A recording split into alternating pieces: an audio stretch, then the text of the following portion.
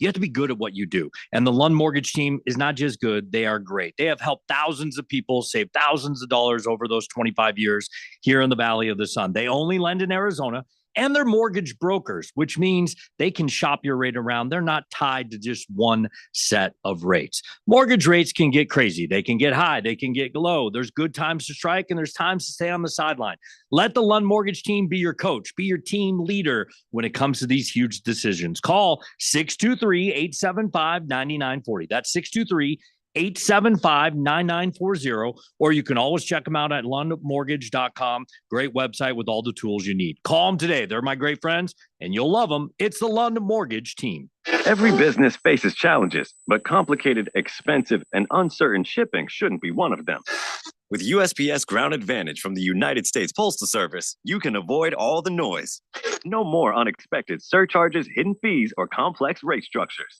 It's just easy, cost-effective, and dependable shipping. Tune your business's frequency to success and turn shipping to your advantage. Learn how at USPS.com/advantage. USPS Ground Advantage. Simple, affordable, reliable.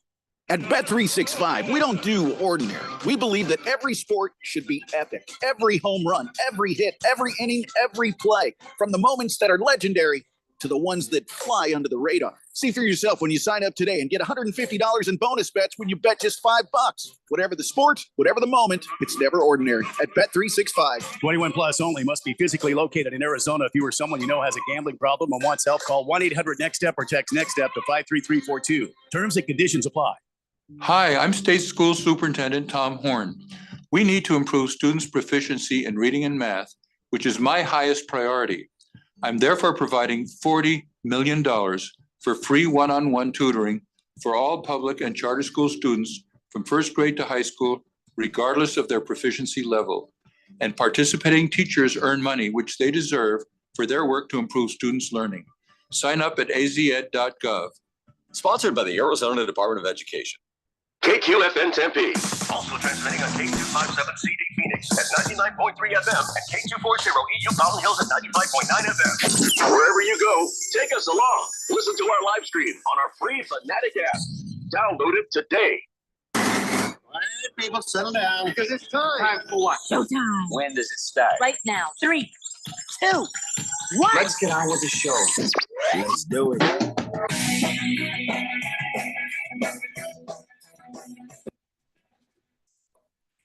All right, everybody, it's Monday here on the Daily Blender. And your good friend, your radio pal, Jeffrey O'Brien, alongside Randy White. We got Keon Rose in the control room, and you guys are on the Fanatic text line, 888-368-1580, as we broadcast live in the Harmon Solar Studios in Scottsdale on Take Your Cat to Work Day.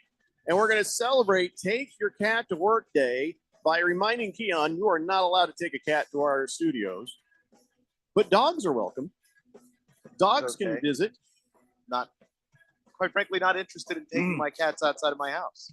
Mm-hmm. Yeah, I'm good. I'm good. They're Can't good. imagine the injuries you would get trying to bring a cat anywhere.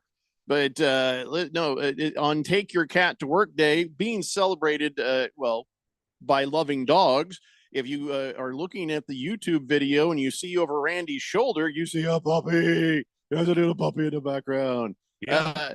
Tell everybody about your new addition to the family. That's Blue. He's a 7-week-old Australian Shepherd, and he's been kind of capturing our hearts since yesterday. Not Cecil's. By the way, Cecil the Wonder Dog still is A-okay. Don't think that something happened. No, he's good. Yeah. He's just annoyed. He's a little annoyed by the new guy. Yeah, he doesn't like the new kid on the block. So no, they never do. In fact, I mean, I saw the look on Cecil's face, and it was basically he was saying, "I was not consulted. This was not my idea. Nobody talked to me." Yeah. Had they asked me, I would have immediately told them this is bullcrap. This is absolute bullcrap.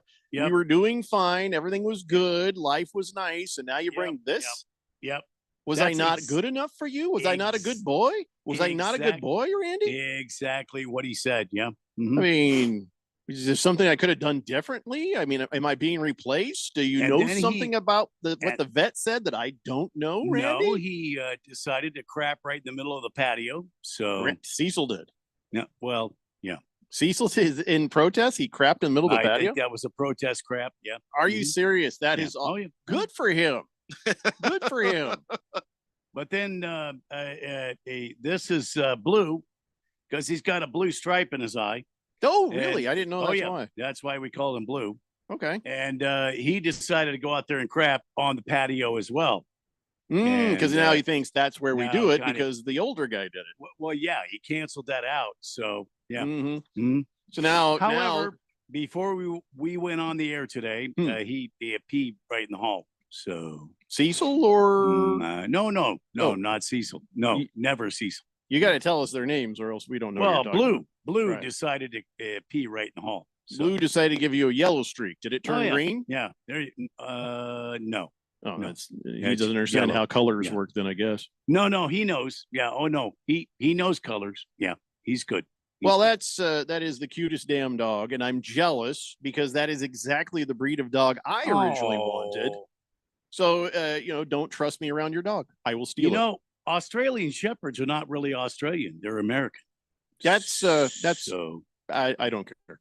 If you're born here, you're American. You're American Australian Shepherd. Well, I mean, I'm an Irish American. I mean, I met his parents, and his parents are very good. So I'm expecting great things from Blue. Yeah, Yeah, just be a he's cool been a dog. good boy today. Yeah, no, he's been a good boy today. And from experience, I can tell you that Cecil the Wonder Dog and him will be best friends. It will only Oh. take 1 year. Oh, sure. Yeah, one year, and they Yeah. will be inseparable best Oh. buds. Absolutely. Yeah. Now, our Yeah. situation here is a little different.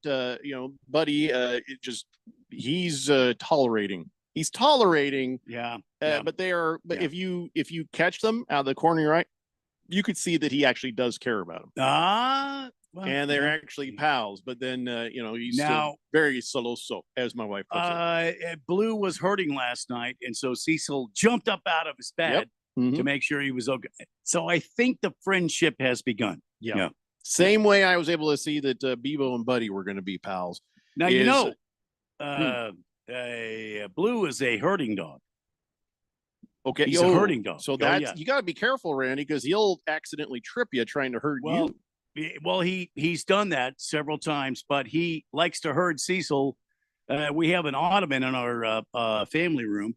He likes to herd Cecil around the ottoman, and Cecil's not happy about that. He's like, just get away And from me. they, oh my God, they go around and round. Yeah, oh yeah. Well, they'll be playing together in no time. Oh And yeah. Well, I what's think great they already is are. Yeah. he'll teach Blue how to be a good boy, and Blue will bring the puppy back out of Cecil. Oh, absolutely. Yeah. So this And is me. good for everybody. And me. Yeah. There will be times you think, "Oh my God, this isn't going to work," but just give it time; it will work. It gets me up and moving. So yeah. Mhm. Yeah. Oh yeah. No, Blue has been good for our family so far. Miss This Kim is- slept in today, and I got up early Mhm. to take care of Blue. Yeah. Yep. Now you got chores to do. Oh Is it- yeah. Yeah. This has been the best take your cat to work day I think we've ever had. Maybe. I'd say this Maybe. is I a can pretty good remember. one. I can remember last year it wasn't even fun. So, Keon, you got any interesting stories about your cats? Of course you don't. They're not dogs. That's why. all right. Never mind. Yeah. Do you have any interesting stories about your cats? I don't think that you would let me I think- finish the story. That's what I, I think. think I, Pixel I'd let just you lays- finish the story. uh-huh. There's just no lays cat by story. the There, back there of is it. no story Yeah. I would tell you that you would find interesting, and that would be on No. purpose, and that's fine. Well, it's okay. because it's a cat. So Exactly. What if I promise not to say anything until after you were done with your It's- story?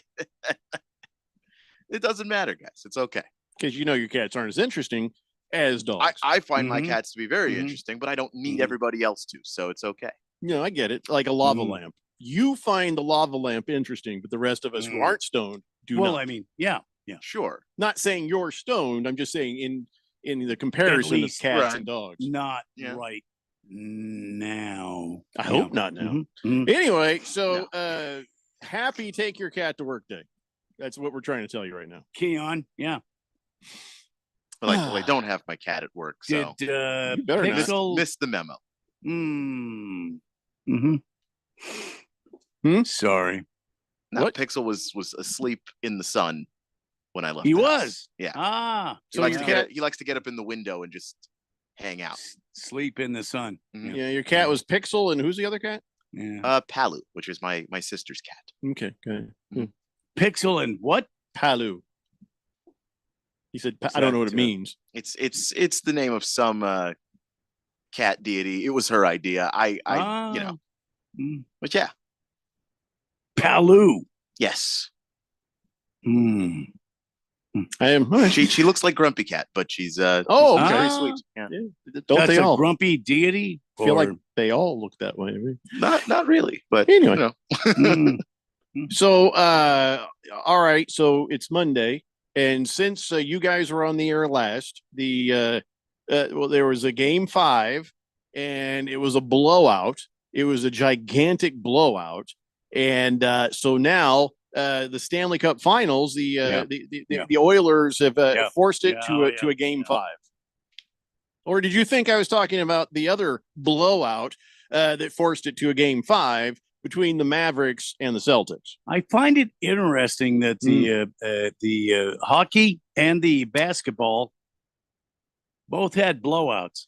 This is the kind of stuff that makes me start to have conspiracy theories. You know, because the Boston Celtics, they don't want to win it in Dallas. They want to win it in Boston. The NBA doesn't want it to go in 4 games. They want it to go in as many games as they can. Yeah. Now let's turn our attention to the NHL, learning lessons. Trying to do maybe the Oilers and the Panthers doing the Panthers are like, well, we want to do this at home, not in Edmonton. Mm-hmm. So this is, but I've seen final sweeps before. So like, sure, but not. I mean, this year, how do you have the exact same thing happen? In the NHL and NBA in the exact same year? That's just probability. It's going to happen at some point. Probability? Yes, it's making me suspicious. They play the same. They play their title series at roughly the same time every year. I know, but sometimes, most times they're different. Sometimes it's happening at the same time of the year. Just the exact same scenario is happening. Yes, it's going to happen at some point mathematically. It's not so dramatic. It's not like dramatic. if both series end in 5, are we going to say that they schemed this up so that we could?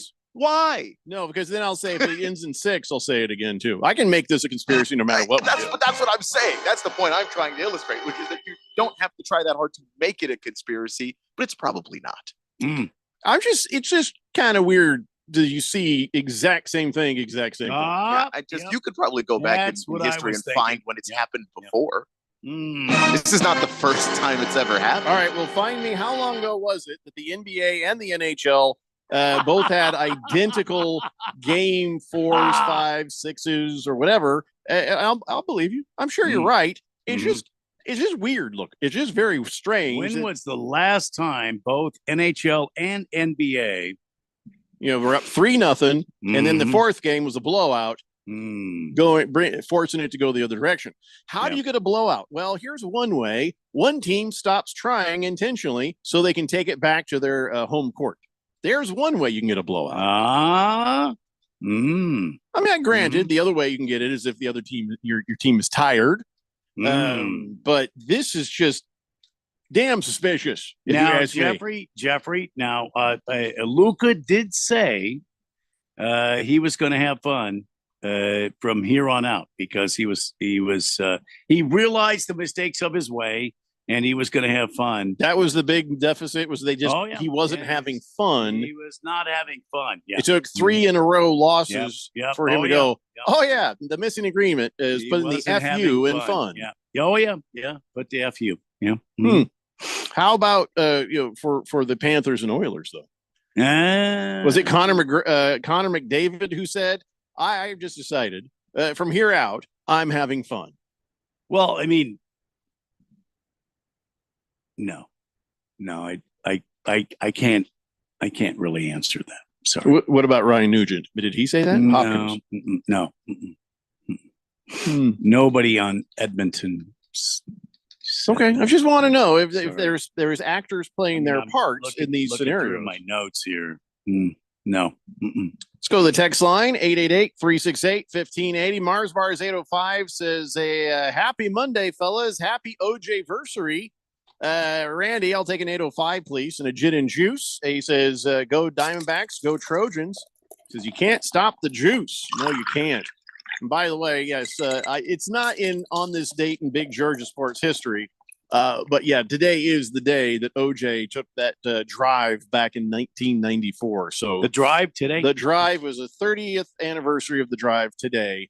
1994, while the Knicks were, I can't remember who the Knicks were playing. But they were in the finals right there in 1994 when Why this do Knicks happened. always have something upstaging them? That's what They're upstageable. Navy Brad says, happy Monday. Randy, I see you got a new pup there. Yep. Jeffrey, I see you're growing a mustache and beard. Looks great. Does it? It's, I don't know. My wife was saying she might want me to grow a beard. So I thought, let's see how much gray actually comes through when I start to grow it out. But right now I just have some good scruff. What's that? Rodgers is Aaron Rodgers. Oh, she's over him. I don't got to worry about Aaron Rodgers anymore. So who's the new crush? I don't know. Oh yeah, I don't know yet. Might be that. Does that crush have a beard? I don't know. She just said you should grow a beard. I'm like, okay. Listen, I don't care who the fantasy man is behind me having to grow a beard. Yeah. But I'm in. I'll do it. I don't need to know. As long as you get the action, right? Exactly. As long as I'm the lightning rod. Yes. I'll take the lightning. There it is. There it is. Brunswick guy says, what color lava lamp would Keon's cat be? Orange, red, yellow? Color is your cat, Keon? He's busy trying to find he's Pixel's gray. Oh, he's just completely gray. He's devoid of color at all, Brunswick guy. Yeah. Lost Toby says, if you buy her flowers, you can also get a blowout. What? Say what? Huh? Big George says, Jeffrey is right. What supports this conspiracy theory is the one and only Mickey Mouse, who controls the television rights of both the NBA Finals and the NHL Stanley Cup Finals.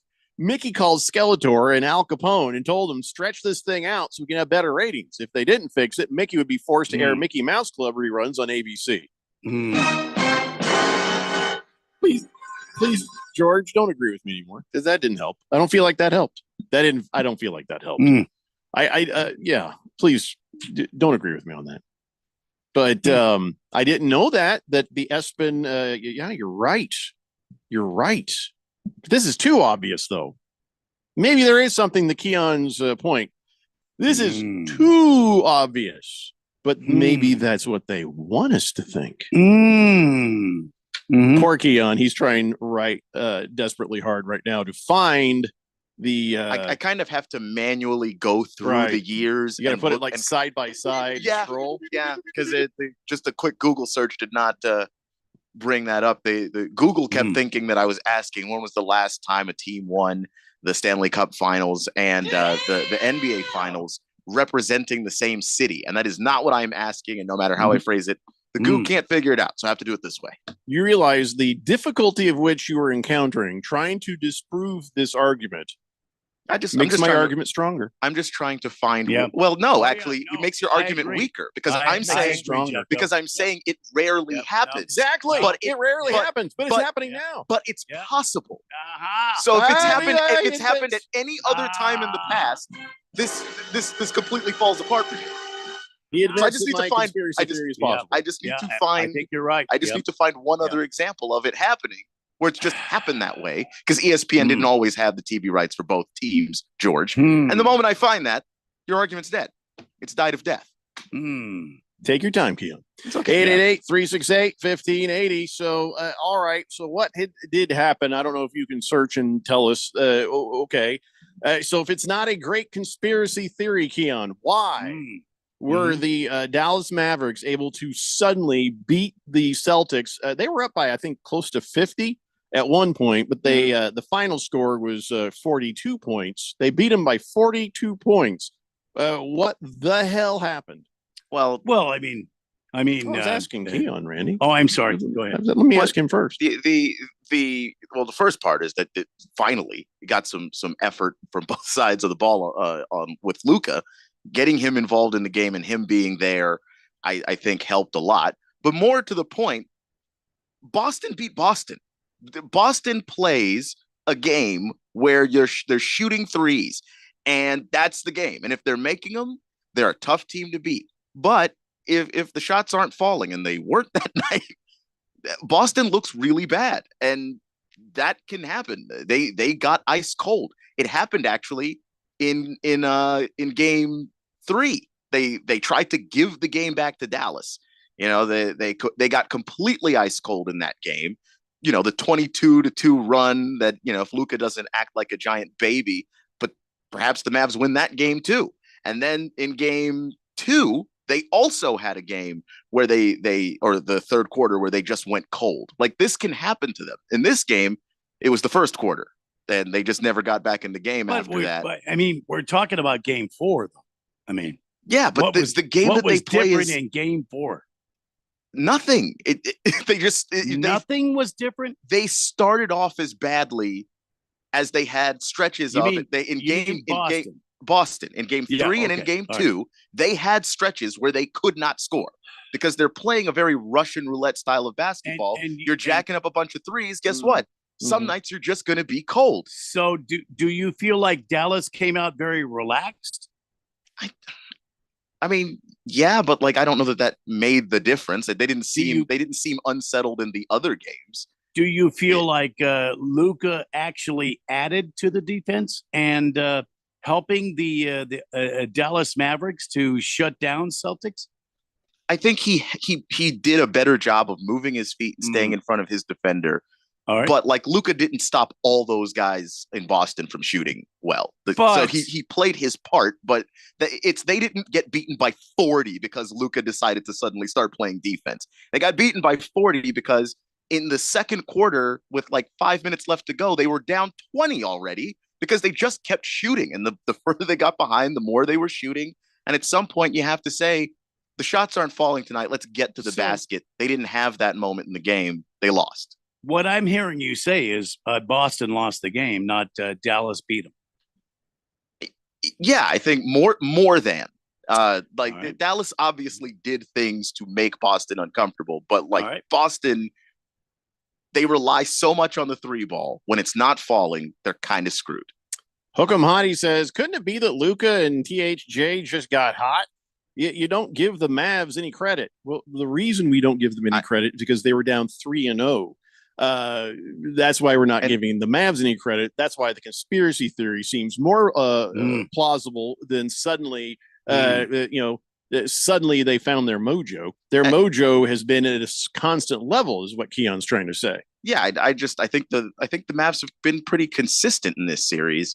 The team that hasn't been really consistent is Boston, and this game they started off ice cold, where they've had leads where they get ice cold and almost give the game back. This game, they started cold, and it changed the way that they played everything from that point forward. 888-368-1580. More texts, and we will talk, and maybe in the next 3 minutes or so, Keon will have his proof he needs to show that there's no way there's a conspiracy theory. There's no way there's a Game 4 conspiracy theory involving both the NBA and the NHL. I don't think you're going to find it. You're going to come over to our side. First off, you're not going to find it. I just need to find an example of it happening. It has happened before. We'll just find it. You won't find it. Okay. Come to the dark side. It's the Daily Blender here on 1580, The Fanatic. This is Brent Musburger's action update on 1580 and 99.3 The Fanatic. Get insights into the sports betting market with VSiN's betting splits. See where the money is and keep updated on how the market is reacting. Only at VSIN.com. Now, here are the latest lines from my guys in the desert. NBA Finals tonight, the Boston Celtics hosting the Dallas Mavericks in Game 5. The Celtics need a win for their 18th NBA championship. Dallas trying to extend this series to a Game 6 on Thursday. The Mavericks are coming off a 38-point win in Game 4 and are getting 30 points per game from Luka Doncic. Boston is favored tonight by 6.5 points, minus 260 on the money line, while the Mavericks are plus 215. The over-under total is at 210.5, with the over at minus 105 and the under minus 115. I'm Tony Desiri with your VSiN Action Update on 1580 and 99.3 The Fanatic. Hey everybody, it's Mark Asher back to tell you about my great friends at the Lund Mortgage Team. Did you know that the Lund Mortgage Team was founded back in 1999? That's right, they're celebrating 25 years in existence this year. And you know what you have to do to stay in business that long? You have to be good at what you do. And the Lund Mortgage Team is not just good, they are great. They have helped thousands of people save thousands of dollars over those 25 years here in the Valley of the Sun. They only lend in Arizona. And they're mortgage brokers, which means they can shop your rate around. They're not tied to just one set of rates. Mortgage rates can get crazy. They can get high. They can get low. There's good times to strike and there's times to stay on the sideline. Let the Lund Mortgage Team be your coach, be your team leader when it comes to these huge decisions. Call 623-875-9940. That's 623-875-9940, or you can always check them out at lundmortgage.com. Great website with all the tools you need. Call them today. They're my great friends, and you'll love them. It's the Lund Mortgage Team. Everybody's got a podcast these days. Comedy, politics, true crime, you name it. But how many actually teach you anything useful? Harman Solar has an entertaining podcast that is vital if you've been thinking about looking into solar, but you don't know where to start. Ralph and Ben explore the intricacies of utilities, equipment, processes, and more. Their primary objective is to educate and empower you to make informed decisions on your solar journey. So increase your knowledge, not your bills. Go check it out right now. It's the Harman Solar Podcast at harmansolar.com. With the first pick. Now that the draft is in the books, it's that time of the season when the team gets together, to get acquainted. Summer means mini camp, OTAs, then pre-season. Keep yourself tuned to the station with all the insight, updates, and breaking news you need to know about the NFL offseason. If it's the NFL, we talk about it. 1580 and 99.3 The Fanatic, and always on at 1580thefanatic.com.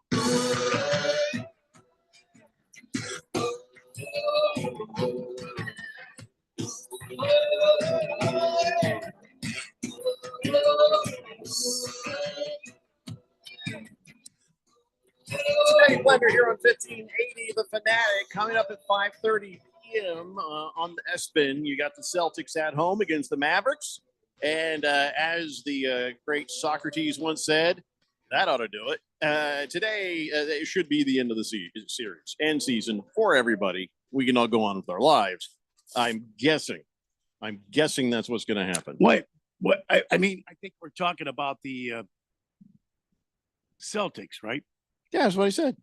Yeah. Celtics will win and it'll be over with. Yeah. And then, of course, the Panthers will win and it'll be over with. So, we all go with our lives. All right. I don't know when the Panthers play next, but I know that the NBA Finals game is tonight. When's the next time the hockey happens? Because I'm confused by, how many days are in between for certain things. Do you know when the next Stanley Cup game is? The fact that nobody here knows off the top of their head tells you how much we think it's Tuesday. It's tomorrow. At 5. Yeah, thank you. 888-368-1580. Baker's Cocky Hen says, just tuning in. We talking just sports so far, or we've gotten to the important stuff? Like, how was the Pooseum? Well, first off, we started out talking puppies because we have our priorities straight. And second, no, we've been talking about, the NBA Finals and stuff. As far as the Pooseum goes, full of crap. That's what it was. Berg says the Celtics pulled the Timberwolves in game 4. Joke. That's what it. Pull the plug says Mavericks suck. Just saying. By the way, dog crapped on the patio. The cat being much smarter than the dog would crap in your shoe. That's how cats go. It's for the cats. And by the way, he says it's the cats that fix the series. They fix both series. It's all cat action. Cats never pooped in my shoe. They said if they were going to, they would. Yeah. He's trying to say cats are smarter. I don't know about that one. It might just be Pixel. Pixel's he's not very bright. You're not helping I don't the know cause that right he's now. ever Keon. had a thought. Period. Ever. Yeah, just all instincts with him. It's well, Pull the Plug tried to help you out, and then you just completely why help? Like a cat does, just knocked it off the shelf. I don't do the cat versus dog thing. I like them both. I like animals. So I think animals are great, but dogs are better. That's all. Okay. That's all there is to it. But there's nothing to help. I don't. I don't care enough.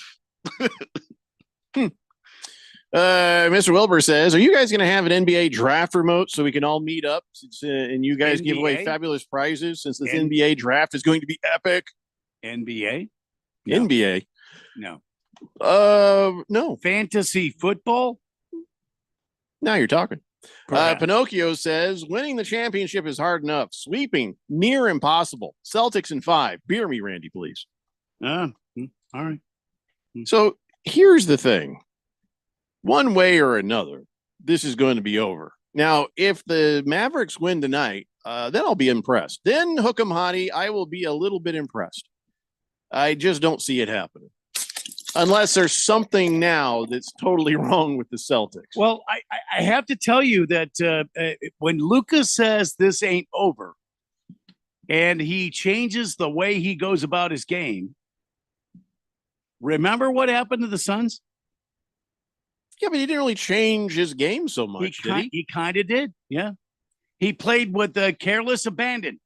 Yes. It's easy to play with careless abandon when the other team is imploding in front of you. Well, but I'm just trying to tell you that don't count them out tonight. Don't count them out tonight. I hope the Celtics close it out tonight. I'm just saying, when Lucas says this series ain't over and he's on the precipice of what else is he going to say though? Well, I just feel like last game he went about it the right way. If he would have done this from the beginning, I think Dallas is in this series.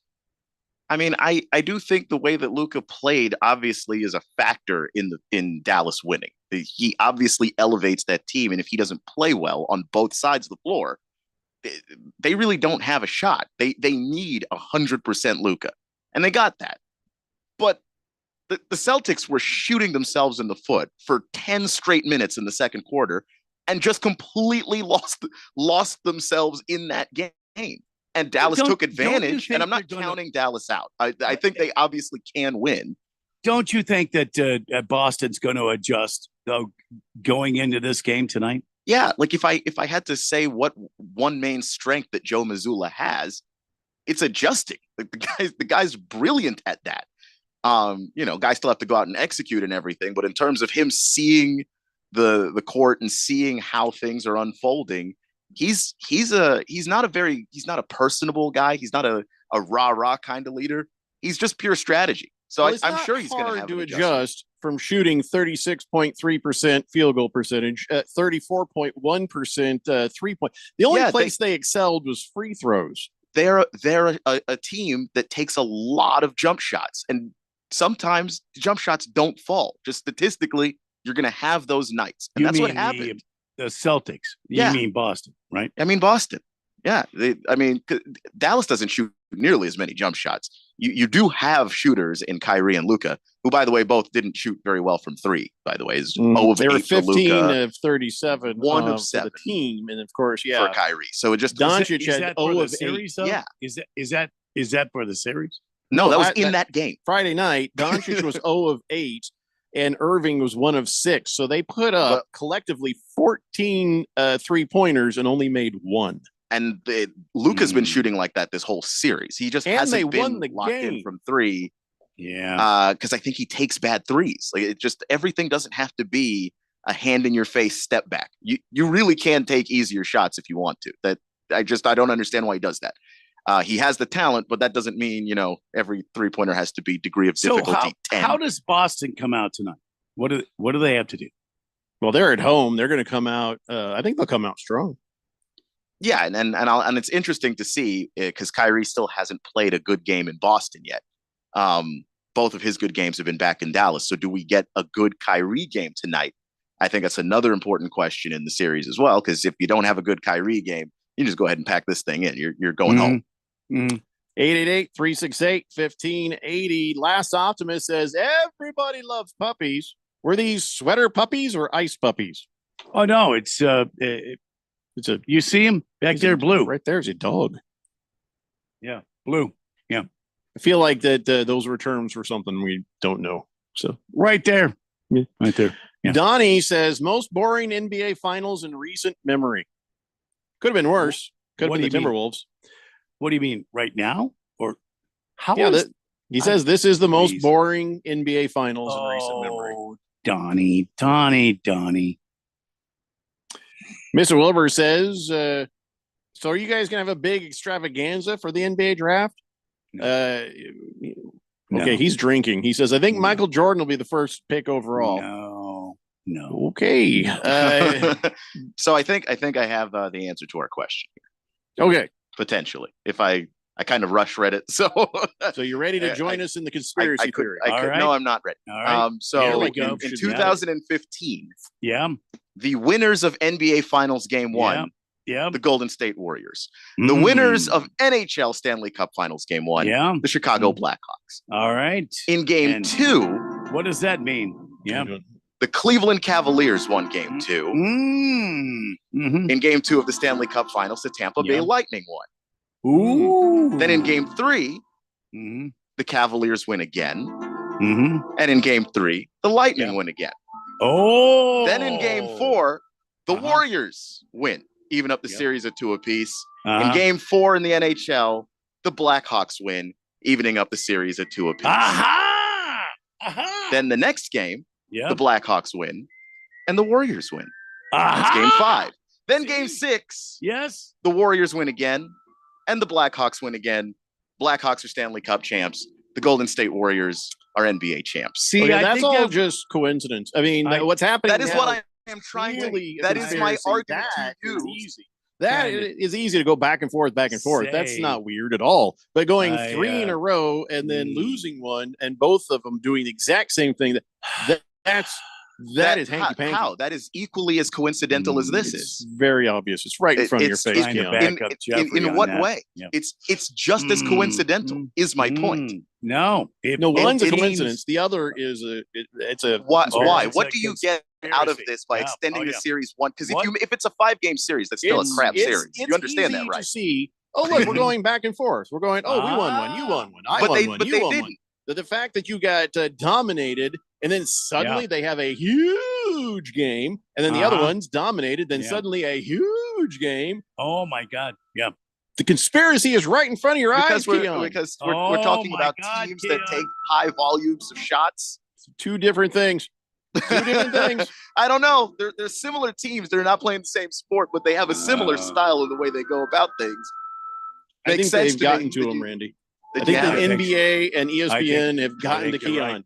Yep. Keon is Nope. going right along with this I- because It's I as might though- get a job at ESPN. I Oh, my don't, God. because Yeah. how is it that the NBA has 2 5-game conference finals? It's just why would see? you rig a 5-game See? series? See, There that's isn't what- money in that. There's that's money in the what we 7-game. mean right You there, The can't back get the back them and to- forth to You game can't 7. get them to throw a bunch of games, but you can Mhm. get the Boston Celtics and you can get the Florida Panthers to lay off a game. Hey guys, just help us stretch it one more, and you get to go home and win. And they're like, hell yeah, that's a good idea.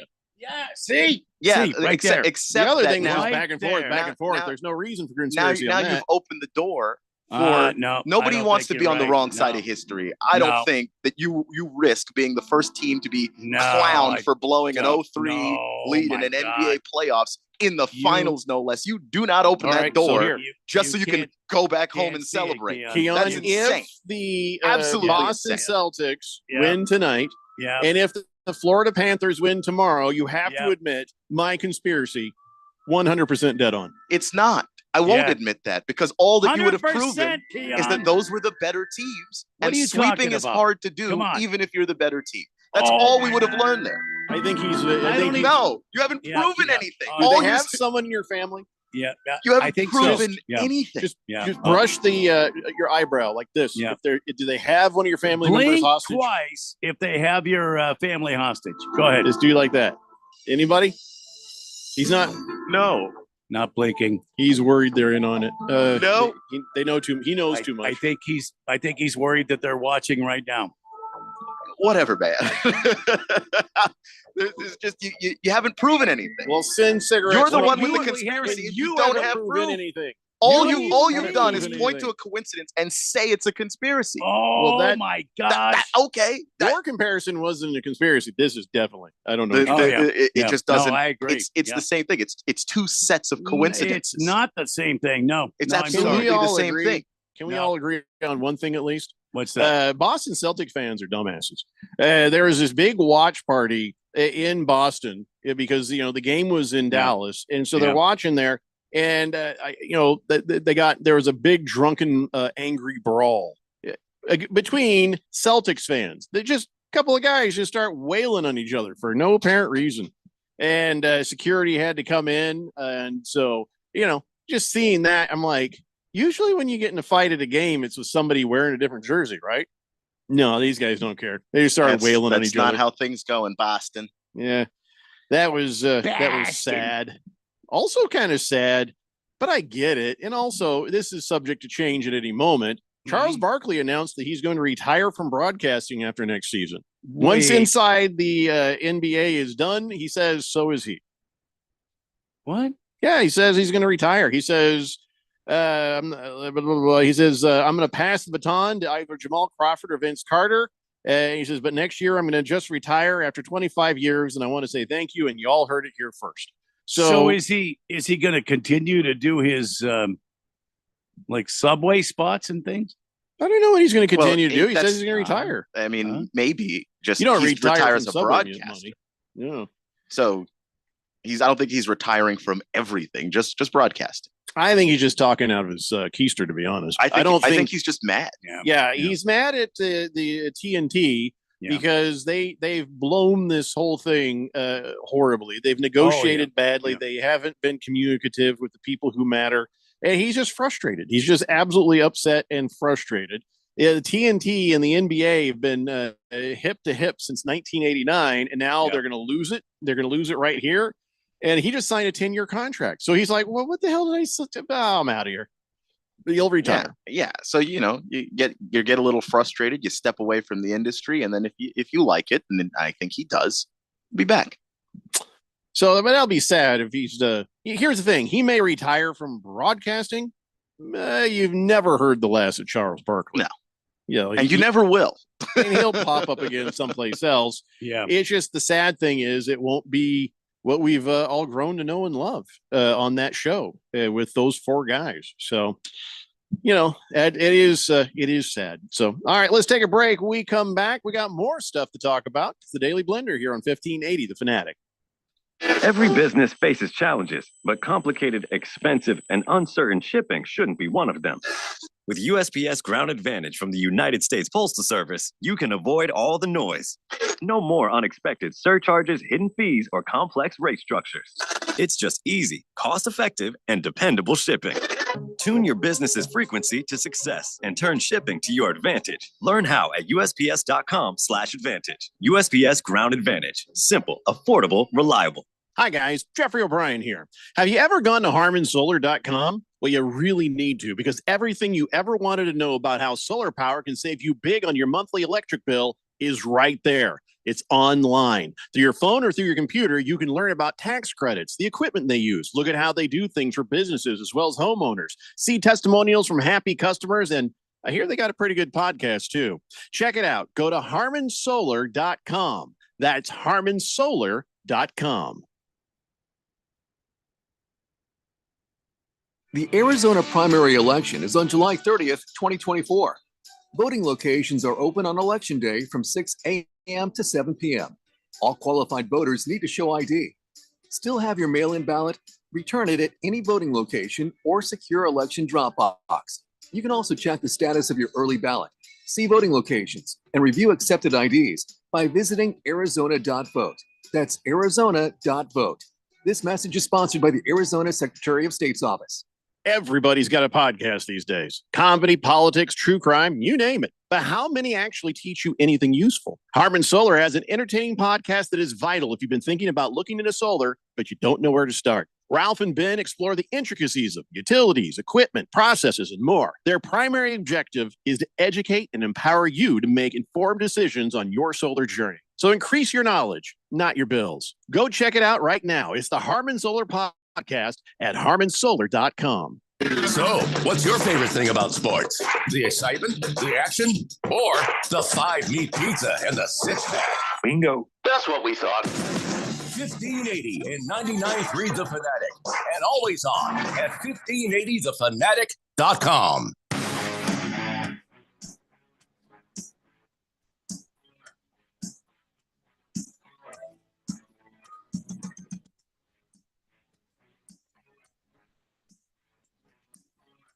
Weather here on 1580 The Fanatic.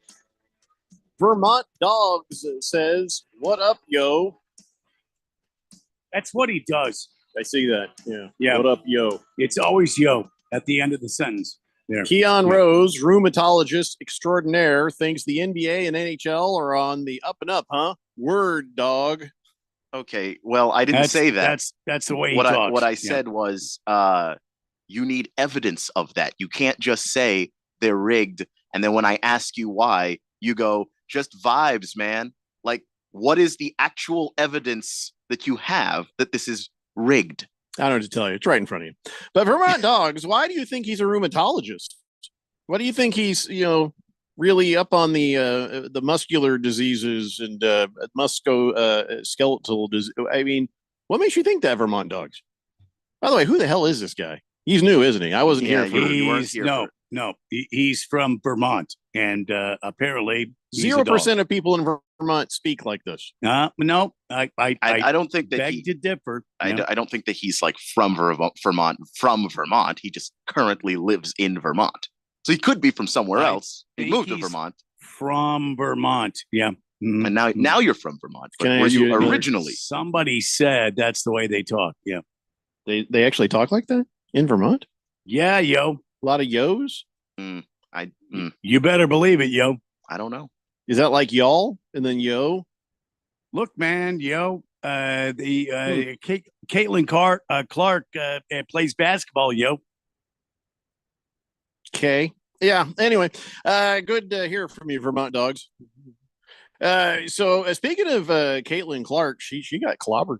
And here's the thing: who cares? That's the thing. I just keep. I saw the video, and yes, Angel Reese. Yeah, I don't know if she was making a play on the ball, but I think she didn't mind. She didn't mind letting her arm go and then clock Caitlin Clark in the head. Her eyes were on the ball the whole time. Yeah. Caitlin moved the ball, and once you start the follow, don't act like you couldn't no look punch your little brother either. If you want to. Yeah, no, she was going for the ball. Like I think she was going for the ball, but she probably was like, "Oh, bonus clunk." I really don't think so, honestly. But it wasn't a big deal. Even if she was, it wasn't a big deal. That's just basketball. It happens. People do that. Whether it's intentional or not. Yeah, Keon and I could sit there and watch video of Draymond Green. Whether or not did he do that on purpose or not? We could walk away with completely different opinions, but if the basketball is there and you're making a play on it, what happens afterwards? It's not a big deal. It's just basketball. This happened, and it was a flagrant one, which was the right call. Yeah. So if they made the right call on the floor, what are we talking about? Yeah, people are all upset about this, and even Caitlin Clark's like, "Hey, if you guys are trying to make this into a race thing, if you guys are trying to make this into they're picking on the poor white girl thing," she's like, "Don't do that. Don't bring my name into this. This is because that's not what it is." She looked at this and says, "It's just basketball. That happens. Whether she did it on purpose or not, who gives a crap? We're playing basketball." And she shook it off and did what she had to do, and then of course the Fever won the game. So it wasn't if Caitlin Clark's not upset, you shouldn't be upset. That's the thing, is everybody that's talking about how things should be easier for her and how everybody has it out for her. Who doesn't share that opinion? Her. And it's just weird that people are talking over the person they're saying is suffering. And she's like, "No, I'm not really suffering. It's not actually happening." And they're just not listening to her. She's got their own narrative. She seems to be getting around fine. She gets on the aircraft. She flies from on the point charter. A to point B. Point A to point B. She practices. This is a non-issue in my opinion. Now, is there maybe a little fun rivalry? Maybe there's a little actual not so fun sort of animosity between players. Sure, why not? Who cares? That's great. We enjoy it when men do it. Why is everybody freaking out when the women do it? And if so, what that Caitlin Clark is white? So what that Angel Reese is black? Nobody cares. It's just about the personalities. You shouldn't be looking at the color of things. You should be looking at the personality of things. Angel Reese is a big personality. Caitlin Clark, she's a quiet trash talker. She trash talks quite a bit, but when you watch her, you think, oh, she's just calm face, whatever. But you can't hear what she's saying running up and down that court. She is given. She's probably given first and given as good as she gets. So I don't feel sorry for Caitlin Clark. I don't. I can't say whether or not that Angel Reese maybe. Hey, look, this is good. I can actually. Okay, I got away with it. Oh, okay, I didn't get away with it. I don't think that's. I wouldn't be surprised if she did because they have that sort of a back and forth. Yeah, but I'm here for it. It doesn't. It's not what everybody's making it into. That's what I'm saying. It's not that, and it's largely an on the court thing, and Angel doesn't mind going to the media and saying things too. I think that's a big part of her personality. Is she's incredibly blunt, and if you ask her a question, she's going to answer it, whether or not that answer is the nice answer that everybody wants to hear or not. So but that's part of it. And I think that you wanted to watch people play and have, these interesting matchups and rivalries. And now you've got it. Just watch it or don't, whatever. Just don't turn it into more than it is. Don't make it a political thing. Don't make it a race thing. Don't make it something more than it is. It's just some really good players playing basketball, some personalities that may clashing. And it's fun. It makes it better. When you saw, don't tell me you haven't enjoyed the kind of trouble Draymond Green would go out and get into. Don't tell me you didn't enjoy when certain players maybe got a little cocky. You know what I'm saying? I mean, remember everybody started to almost lose their mind when they thought, wow, that Steph Curry's getting kind of cocky out there. Well, yeah, because he's amazing. So, please, I'm just begging you, don't make more of this than needs to be made. Is it good for print? Yes, we're talking about it right now. We're talking about that thing happening. But I hope we're talking about it in a better way than it seems like a lot of other people are talking about it. And the way other people are talking about it, it's starting trouble where trouble ain't.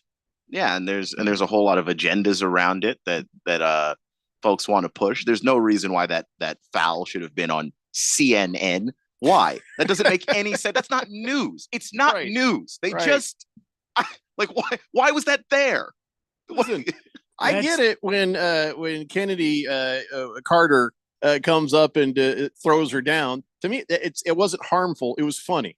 Yeah, it didn't really hurt her. It was just very blatant, a foul. But it wasn't something where you need to suspend her over it.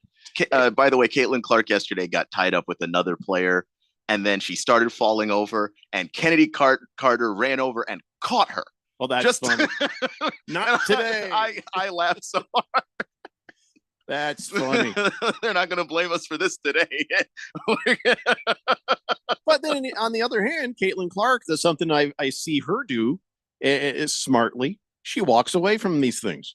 Things start to happen. She'll stand up for herself, but then she's like, okay, I'm getting out of this situation so it doesn't become a thing. I think that's pretty smart on her part as well. Yeah, guys, this is called basketball. This is what you've been hoping it would be. I've had people tell me online basketball is not a contact sport. The hell it's not. You need to block those people. It absolutely is a contact sport. There is a limit to how much contact you can dish out, but it is a contact sport. I don't know how you're supposed to play basketball any other way. Yeah. So hopefully everybody understands what this is supposed to be, what it is, what it isn't. And let's just hope that things move forward. And it's a sport changing season for the WNBA. In fact, it's another record by Caitlin Clark, by the way. She became the first WNBA rookie. Well, Breanna Stewart did it last, but to go ahead and have 5 games hitting at least 15 points, 5 assists, and 5 rebounds. And so, Caitlin Clark has done that in, the first 15 games of her rookie season. So congratulations to her on that. So and she's going to get better and better. You're in the same company as Breanna Stewart. That's some good company to be in. No doubt. So, everything is fine. Everybody relax. But okay, tell you what, I mean, you've got to be conflicted, Keon. Being a fan of the WNBA for as long as you have, back when it was just a punchline for our jokes, you being a fan, now you see all this attention. It's got to be a little bit of a, like, okay, any attention might be good attention, but this ain't great attention. You know what I'm saying? Yeah, So you've got to be kind of in conflict over it. It's made it less fun because some of the conversations you'd have about the WNBA, especially on Twitter and in other places, because there were so few people talking about it, you could tell, dumb jokes. You could make fun of players in ways you can't now. It was lighthearted before, and now it's like if you say something, it's a super serious thing, and everybody's mad at you. And there is a level of fun that has been taken out of this by, especially just casual fans who showed up because of Caitlin Clark or whoever else, and are now acting like they know the game inside and out. And it's like, you really don't. Just maybe sit down and watch it for a season first before you jump in and start talking over everybody. Because whatever you expected, if you thought this was going to be exactly like the NBA, it's not that. It's different in a lot of ways, but the way that we're noticing now is the physicality of the whole thing. Well, I'm glad that they have that physicality.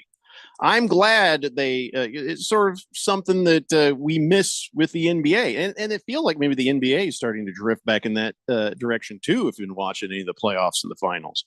Vermont Dog says he's from Montpelier, Vermont. Yo, I live in South Phoenix now. That's what's up. Okay. What do you do for a living, Vermont Dogs? I'm just kind of curious what you're doing. Welcome to the Valley. When did you get here? I'm kind of curious. I'm going to ask a lot of dumb questions, Vermont Dogs. And I guess Vermont Dogs, it's obvious how he came up with the name. So why is it plural? Why isn't it just not Vermont Dog? Well, I asked him that, and he wanted dogs, Z. Okay. So, all right. Brunswick guy says, Keon, there's most definitely money in the banana stand. That's fair. Why that reference to? I don't know. That's Arrested Development. Oh reference. man. Lost Toby says drugs are bad. Okay. Baker's Cocky Hen says Scott Foster was the ref for Game 4. I don't think that had anything to do with it. I don't think he's hateful towards anybody in this. Is he? Well, not that I'm aware of, but he is Scott Foster. It wasn't the officiating in that game. Know. The officiating was fine. Yeah, it was okay. Fifth letter says, hey, man, listen here, yo. Raiders about to have a top 10 defense. USC Trojans football will make the college playoffs. And, yo, check this out. Angels will continue to suck. Fifth letter out, yo. Fifth letter, has USC found any human being to coach that defense? Fifth letter. It's I don't know about Did USC, you not man. learn something from last week? A valuable lesson. Berg says loves him some 1980 basketball. No blood, no foul. Yeah, that was the way it was. Are you bleeding? No? Nah, we're good. Berg also says bye week Keon. Love the take, thinking the series was not going to end in 4 on the up and up. Love you guys. I needed the laugh this last hour. And he says a team has to win 4, though, before anything happens. Well, we all know that, man. Yeah. He says ESPN wanted their marketing advertising dollars. Not ideal for them to have the series go 4 games. Oh, 5 so not great either, but likely in both series. Why is 5 magically better? How much more money is it? It's 5 one more than 4? Well, it's one more. Ken. Okay, then rig it to 7. And you know what would make that a much more too interesting? obvious. See, you just don't understand good conspiracy theories. Because that game 4 that you rigged, people didn't even watch that one because the series felt like it was over. So you're just costing yourself money. If you're gonna rig a series, okay, rig the back and forth. That's more appealing. They played a lot of commercials during Game 4. And who watched it? Who cares? Who cares? They got their money. Niner 1680 play. says NBA has gotten so soft, people think WNBA is rough. Well, I don't think it's rough, but I think it's more physical than we've seen. Would that be rough like RUFF? No, he spelled it right. He spelled it correctly. Right. No, I was just asking. Rough, like not like rough. Oh. No, not rough. Beer Bob says, if Carter doesn't hip check Clark in the game a few weeks ago, is that an actual flagrant one on Reese this weekend? Also, on a side note, my wife's company had Caitlin Clark as a guest motivational speaker for a seminar they did last week. My wife came away pretty impressed with that young lady after not knowing who the hell she was. Apparently, Caitlin knew that she wanted to be a basketball player since she was in the second grade. Yes. That's pretty cool. And that is true. I do think it's still a flagrant one on Angel Reese because she did hit Caitlin Clark accidentally or not in the head and neck area. That's a flagrant automatically. Doesn't matter intent. Yeah. If you can't see the wind up in intent, then it can't be a flagrant two. That's people are saying, well, that should have been a flagrant two. No. Yeah, because you can't see the intent there, Right. and her eyes are on the ball the whole way through. The ball moved as she was bringing it down, and as a big brother, I could hit you without you knowing I did it on purpose. I just know that if I'm in midair blocking people, I don't stop my hand midair. This hour 2 is up next. The Daily Blender. Every business faces challenges, but complicated, expensive, and uncertain shipping shouldn't be one of them. With USPS Ground Advantage from the United States Postal Service, you can avoid all the noise. No more unexpected surcharges, hidden fees, or complex rate structures. It's just easy, cost-effective, and dependable shipping.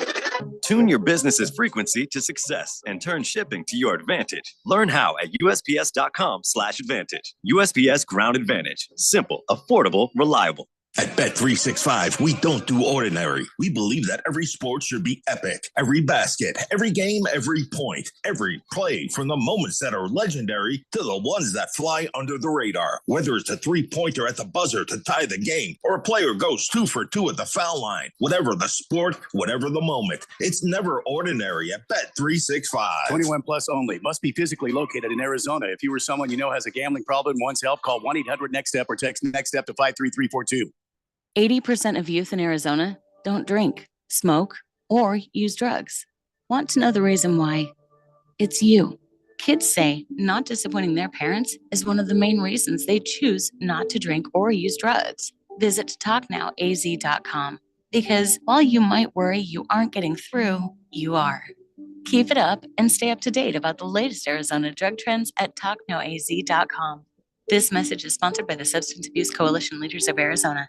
Attention business owners, do you need zero money down financing on new or used equipment? Meet Dylan Cohen at JR Capital, your gateway to equipment financing that breaks the mold. JR Capital offers zero money down financing options on both new and used equipment, vehicles, heavy machinery, and more. It's a game changer, giving you the power to enhance your operations without slowing you down or denting your cash flow. Need a boost in working capital or a flexible line of credit? Dylan can help your business get the cash flow it needs fast. The process is a breeze too, with a simple application and same-day approvals. No more waiting, no more hassle. Just a straightforward path to securing the funds you need faster and easier than asking your banker. Call Dylan Cohen at JR Capital today at 602-834-7353 or click on Finance with Dylan at moneyradio.com. Call Dylan Cohen 602-834-7353 and get the money you need for your business today. Substance use disorder and addiction is so isolating. And so, as a Black woman in recovery, hope must be loud. It grows louder when you ask for help and you're vulnerable. It is the thread that lets you know that no matter what happens, you will be okay. When we learn the power of hope, recovery is possible. Find out how at startwithhope.com. Brought to you by the National Council for Mental Wellbeing, Shatterproof, and the Ad Council. KQFN Tempe. Also transmitting on K257 CD Phoenix at 99.3 FM and K240 EU Fountain Hills at 95.9 FM. All right, people, settle down. Because it's time for what? Showtime. When does it start? Right now. 3, 2, 1. Let's get on with the show. Let's do it.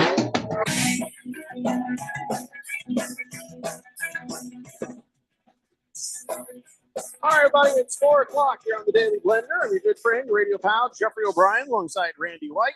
Got Keon Rose in the control room, and you guys are on the Fanatic text line, 888-368-1580, as we broadcast live in the Harman Solar Studios in Scottsdale. And I don't know if you saw this or not, but Porzingis will play in the game tonight. No between kidding. the Celtics and the Mavericks at 5:30 p.m. Wow. Wow, that's big. So that ought to do it. That ought to do it. He gives them the edge. He's it's basically just adding a top 15 NBA guy to your roster just Kinda for a like game. Kind of like adding me to the lineup. Sorry, what? It's kind of like adding me to the lineup. Yeah, it's a lot like adding Randy White to the lineup. You're damn right. Hey, we have a new texter on the text line. 3426 says, "Am I texter number 10? Did I win the Taylor Swift tickets?" We're not. You've got the wrong radio station. Yeah. We're not giving away any Taylor Not. Swift tickets. We have none. If I had them, I'd probably give them to you. If I had any, because I'm not going. I don't feel like going to that. Do you want to go to Taylor Swift, Randy? No. Yeah, I don't. Keon would go. I think Keon would probably like to go. I don't think Keon would. No, I'm not saying that to be insulting. I think Keon would I go don't- just as because she's an artist and she's very I talented. I bet Keon, don't- you'd go to Taylor Swift, I wouldn't you? Yeah, probably. Don't think he would. What? See, I told you. Oh, He's a refined human being, Keon, you're killing me. and Killing me. he's 34. He's not old like us, or we're just like we have no business being here. There was this one video of a Taylor Swift concert that was going around this weekend, and it was this couple, and the wife was just like grinding on her husband, and people were genuinely confused because they were like, Taylor doesn't have any songs where you need to be doing that. No Zero grind songs. Her own fans were like, what song could this be to? There's no reason for this to be happening. On behalf of the husband, I just want to tell them all, you shut the hell up. You let this man have his moment. She wants to grind to any song, let her grind. That's a t-shirt. Let her grind. Oh my God. Yeah. The Tom says, Kermit Washington is like, I'll show you a real foul. You're damn right he would. Baker's Cocky Hen says, by extending the series, we've been talking conspiracy all weekend, Keon. Foster and Donahue are still connected. His games always end up fishier for the bettors. Conspiracy is alive and well. I don't know in what way are Foster and Donahue connected. Well, they're friends. All the refs are friends with all the other refs. You've just described all the refs. They're still friends. Okay. What are you talking about? They're just you haven't made any distinction between Donahue and They Foster spoon. and everybody else. They're all friends. You just made it yourself. I think Keon's part of this Fo- conspiracy. I'll be honest. Foster I and- feel like you're he right. might be. And what made Tim Foster Donahue and actually Donahue are friends. really effective is All that he refs actually are friends. he actually with was a each good other. ref. What we need, What? what we need is Liam Neeson to go rescue whichever family member of Keon's that ESPN has, so he can talk honestly. I have a special set of skills. There is nobody's got any members of my family. But Of course, no, you when have to say that. Tim Donahue was actually a good ref. That's the He reason why was. he was able to have the influence that he did because Really? because nobody suspected him. That it's in the documents. Nobody suspected him. And he was friends with Scott Foster. Somebody had to suspect him. They caught him. See? Yeah, because eventually the lines got. They caught ve- him, ve- but he very- wrote a book very- and he made very- millions very off the book. The bets coming in that he had to fix started to get pretty ridiculous. But at first he was straight shooter for the most part. So anytime something was an outlier, How just would you know? just an off night. Yeah. Yeah. 3426 says, damn it, my friend played a joke on me. He said, text this number and listen to the Daily Blender. They're giving away Taylor Swift tickets at 4 p.m. Sorry for bothering you. Yeah, this is a sports station, 3426. It's a sports station. But Hasn't she already been here? I don't know. She's been on tour for like 8 years. Yeah. The tour kind of never ends because as soon Oh no, as it's ending now. She said she's about had it. I mean- She's finishing it up. but that's her tour call that because the money is still she's still Taylor selling them out. Swift is Billions. on She's made again. billions. Like imagine having something that makes you money no matter how often you do it, and then you just have to decide, you know what, I'm actually She's making too much really money. missing her boyfriend. It's Yeah, the take a tour picture. that No, you- never ends. I wish this song would. D Banks After Dark says, dudes, I've been listening, but too busy to text. That's all right, man. We're here for you. You don't have to be here for us. Says WNBA is like old school roller derby. I don't know if I go that far. He says there's tough women in this world. We raised one daughter with 5 boys. Believe me, she won a lot of fights. Absolutely right. And I don't know if you'd go WNBA is like old school roller derby. I don't know if we'd go that far. Because that's it, the level of physicality in the WNBA is still just basketball levels, in my opinion. It's nothing that exceeds basketball for the most part.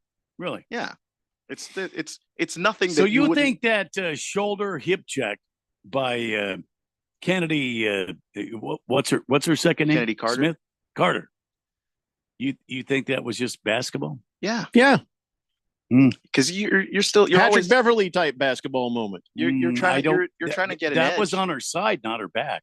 It doesn't matter. It's come on. You're gonna nitpick on Pat this. Beverly, it's a hip- Pat Beverly. it's a hip waits check. until you're. Oh please, It's- that's hockey. it's a hip check. It was a shoulder check. It wasn't, Randy. Oh, we're getting picky about the my body part. It's the same And thing. even if it was Oh a shoulder, my yeah, God. like it's your side. It like I'm She sorry. the ball was out of bounds. She went in there and she Still a basketball I'll play, just in my go with opinion. my friend Keon. It was a hip shoulder check, and I don't care which check it was. that was not. That's not basketball. She didn't. It's a no, cashier's check. No. She got She fined. did not make contact. That was pretty good. Caitlin Clark was Yeah. not in danger I of liked being injured in any way. Oh, I my have God. done that to people. That Oh. is part of basketball. I don't want to play basketball against you, Keon. If that's the way you're playing, It's a technical. It should have been a technical the foul. first thing I'm going to do when I inbound the ball. Was the it a first technical? time, No, it was just I'm a gonna hit you foul. Right, It was just a foul? right in the You grapes. could have I'm gonna made a hit case you for it well, to be a technical. right in the grapes. You with the understand how that's basketball, different than as shoulder hard as I checking somebody. can, Let's use your. and I could. That's I different. put you Too many right out people of the talking game. right now. And I'm just saying. I Just can't saying. understand what's happening. I'm just saying, kicking somebody in the grapes and shoulder checking somebody, I'm not not even kicking close you. to the same thing. Not kicking you in the grapes. I'm throwing the ball in your grapes. That's what I'm telling you. I don't think you need to That's get them just in a- the grapes to get a technical That's just foul. a turnover. No, I If don't you- want a if you, technical If you foul. throw the I'm ball there, I'll catch it take- 100% of the time. Take Go please. ahead. Oh please. Go ahead. I'd love for you to Child, just turn it please. over constantly Oh, my for God, no child, reason. Please. You know what's funny is Keon's gonna be sitting there in the control room. That door's gonna open and Randy's gonna rocket a basketball right into his crotch. And be like, why? Why? I mean, And I'm going to stand there and say, "Thought you were going to catch it." yeah, well, you gotta give him. You have to be on the court though. Yeah, Don't- like, I've had this off at the pass for you, Keon. Yeah, that doesn't Yeah, count. if we're- you we're just talking about ambush him with a basketball. basketball, Randy. You got to be in the game. You can't just do it in the hallway. I'm not going to do it in the hallway. Okay. I mean, Or the if- kitchen, look, if or the bathroom, Keon or your and office. if Keon and I are playing basketball and I'm inbounding the ball, I'm going to hit him right in the grapes, just as And- hard and as I can. You go And ahead then and he do drops. He's going to drop, and then he's going. I missed that. What? And you, then I'm you gonna go just ahead and pick do it up, that. I'll beat and you he's gonna 15 crawl zip. off. Oh my God!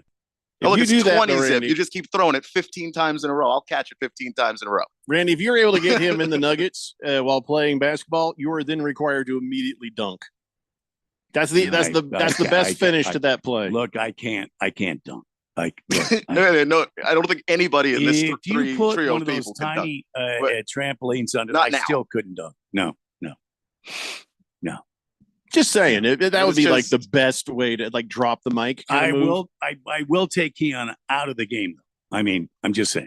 Baker's Cocky Hen says, with Donahue and old Scott Foster, Yeah. 134 phone calls between the two. Good friends, I guess.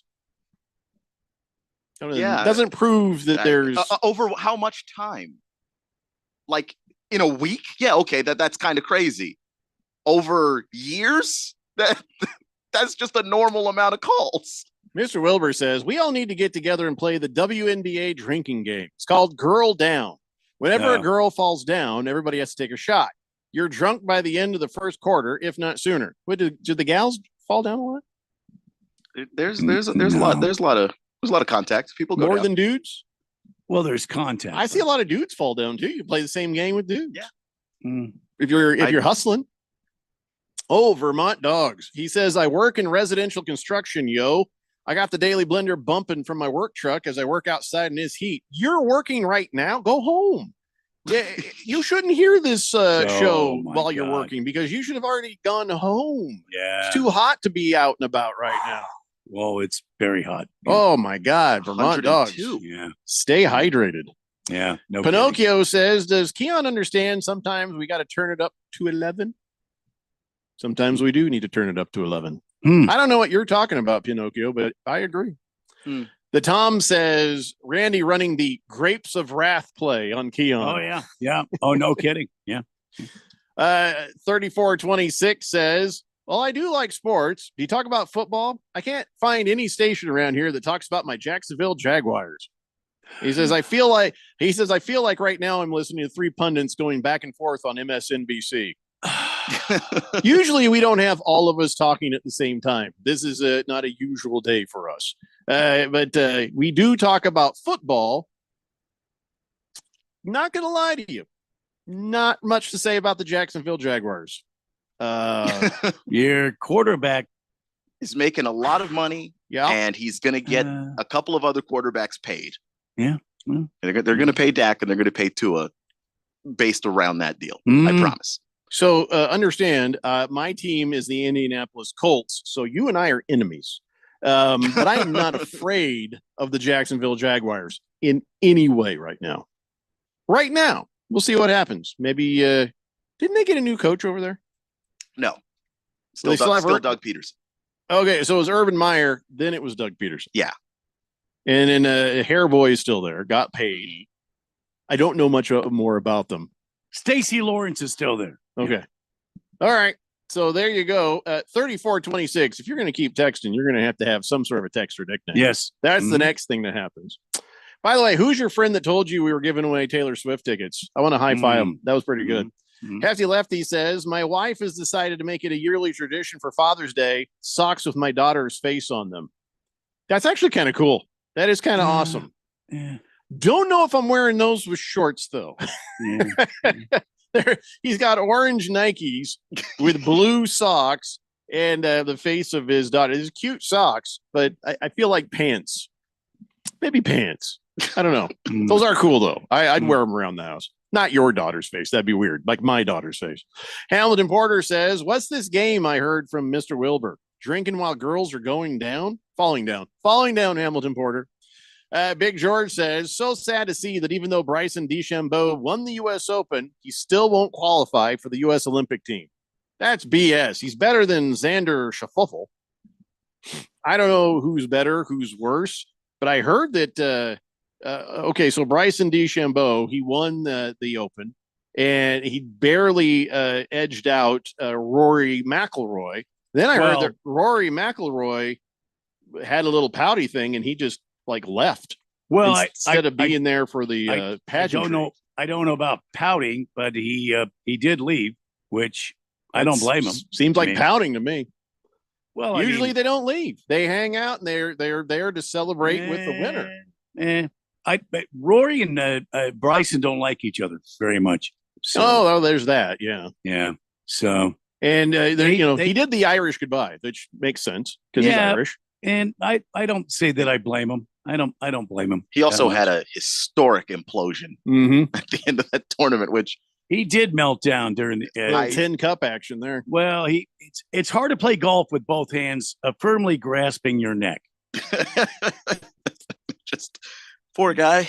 He's falling asleep by counting Reggie Miller's going just over the fence.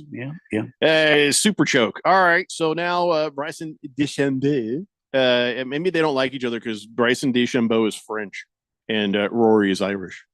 Bryson's actually from Grapevine, Texas, and he's as American as you can get. His last name is French as hell.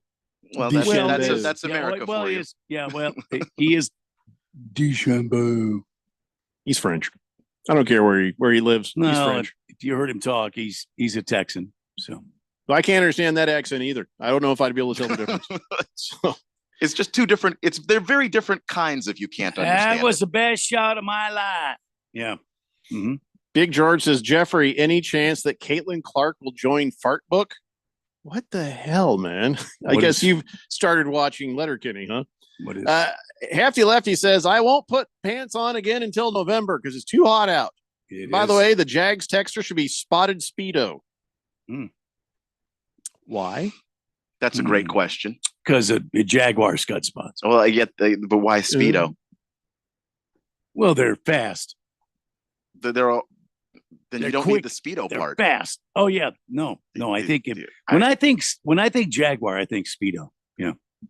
Mr. Wilbur says, hey, 34-26. Is that the same Jacksonville team that's the leader in the European League? No. They are the leader of the European League.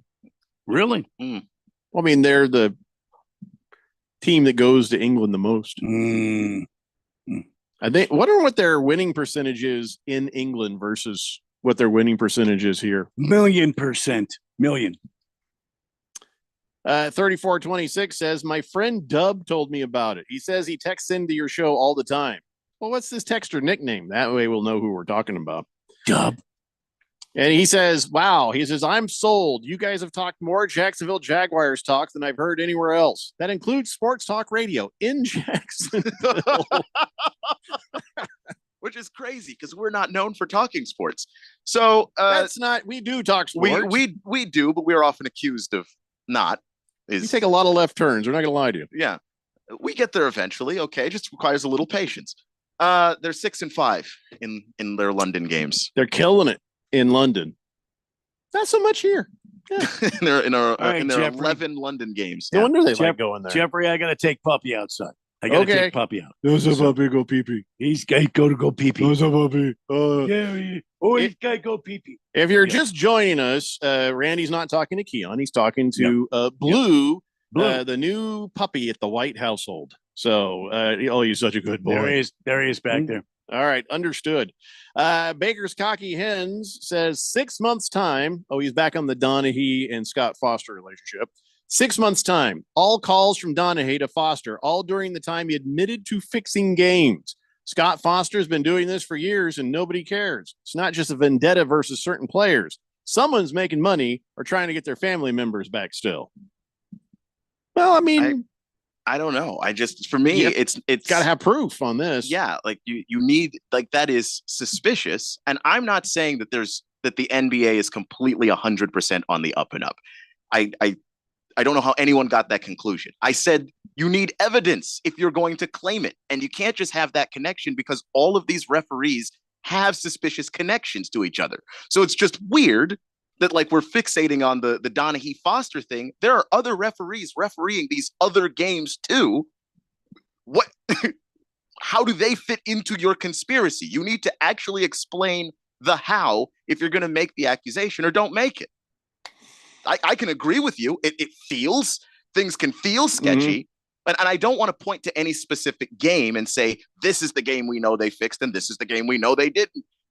The only time I've ever watched the NBA, and it was just 100% obvious the fix was in, was back in 2001, that Lakers-Kings Western Conference Finals. The shadiest thing I've ever watched in person. Like, that's the stuff that I point to say I don't really trust the NBA that much. Not individual games that are like, wow, this seems like they're stretching it to 5 games. Like, I don't, like, that's not really proof of anything. If you watch the game itself and you're seeing a bunch of incredibly suspicious calls, and I've seen those games, I think we've all seen those games. Those are the games I'm talking about. That's the proof that I'm talking about. 888-368-1580. Radio Ron texts in. He says, Rory posted this on his Instagram a couple hours ago. He missed very short on the 16th and 18th holes to lose the tournament. Would have been his first major in 10 years.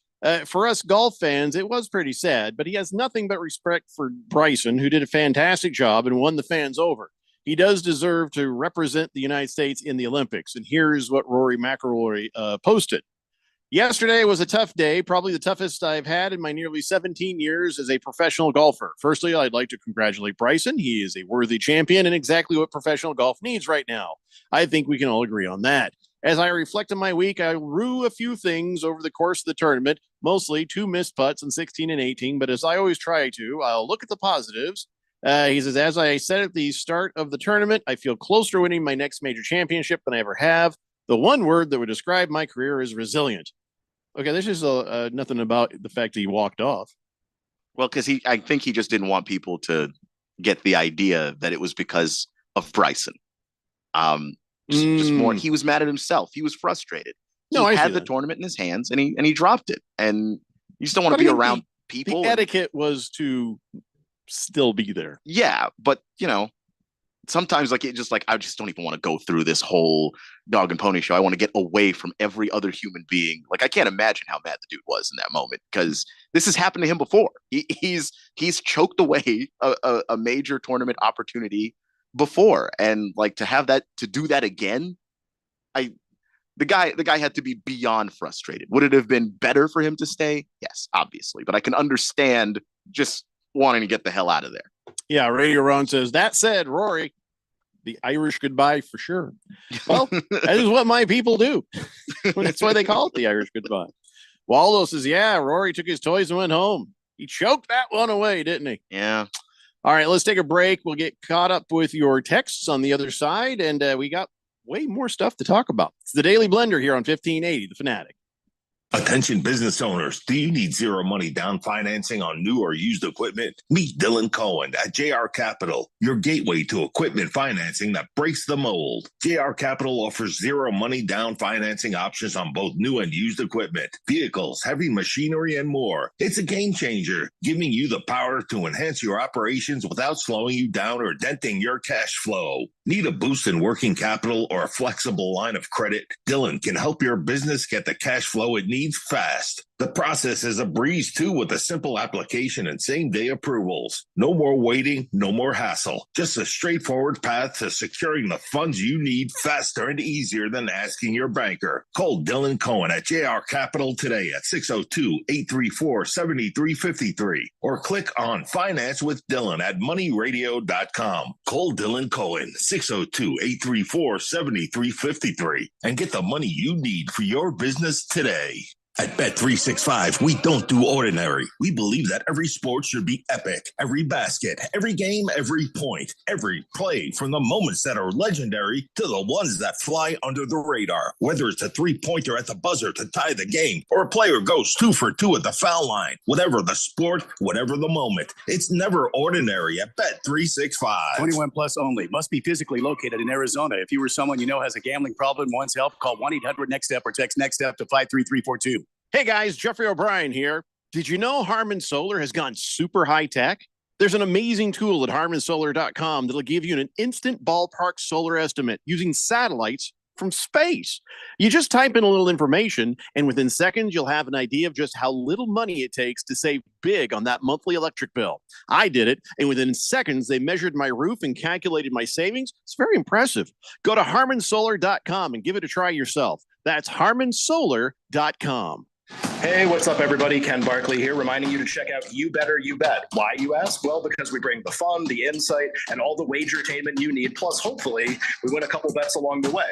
From up-to-the-minute breakdowns of backdoor covers, bad beats, and the cheers and tears that come with them, obviously. Plus, betting analysis from some of the best minds in the sports wagering world. Join myself and Nick Costos and tune into You Better You Bet. Weekdays from noon to 3 on Arizona's sports betting station 1580 and 99.3, The Fanatic.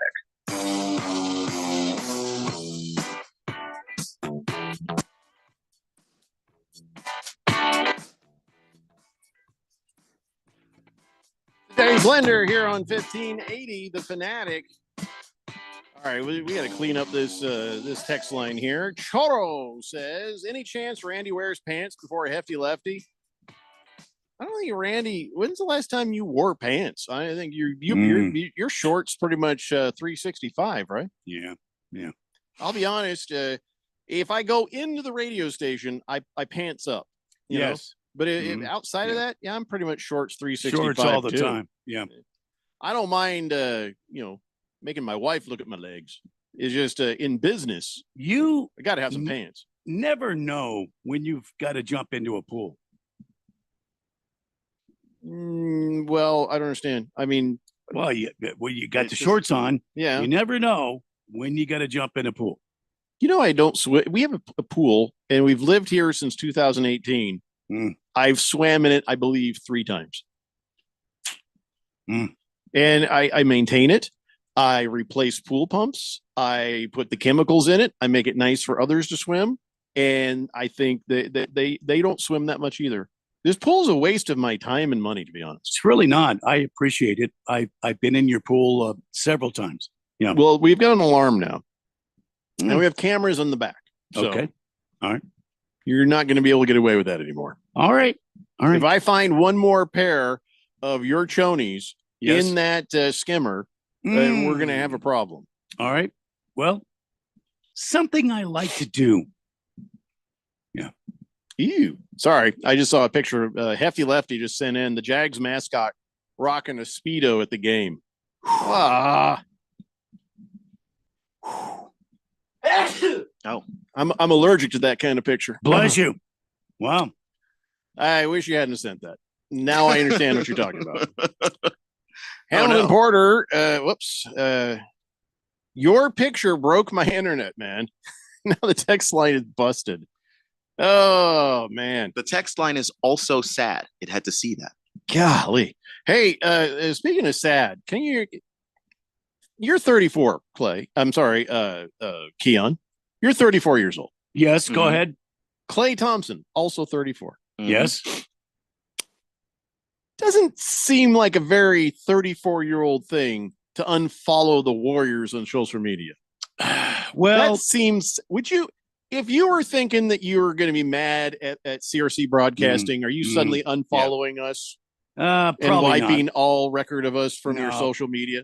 Probably not. I mean, we're not on there as it is, but I mean, Right. But I don't think it has anything to do with his age. It just seems to be part of the tactic that a lot of Grow these the guys bleep up. use.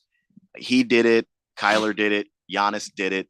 This is just a thing people do. Brandon Ayuk did it like that. It just seems like the thing to do. Like, I'm not sure exactly what advantage in negotiating that's supposed to give you.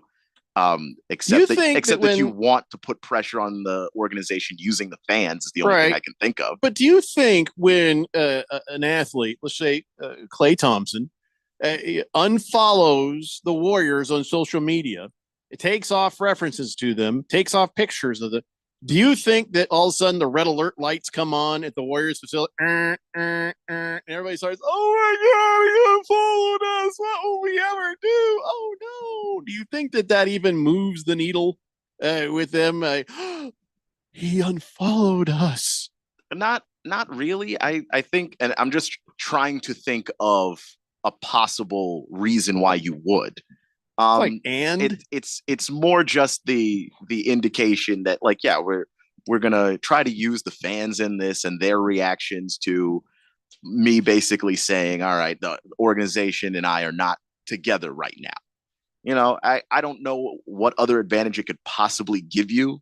I've never thought it makes any sense, but guys have done this, and it seems to be a trend to where it's not something that, you know, Clay Thompson, it's not a fit. It's not you're throwing a tantrum so you unfollowed everybody. It's more a calculated passive than aggressive that. tantrum. It's not a tantrum at all. It's more calculated than that.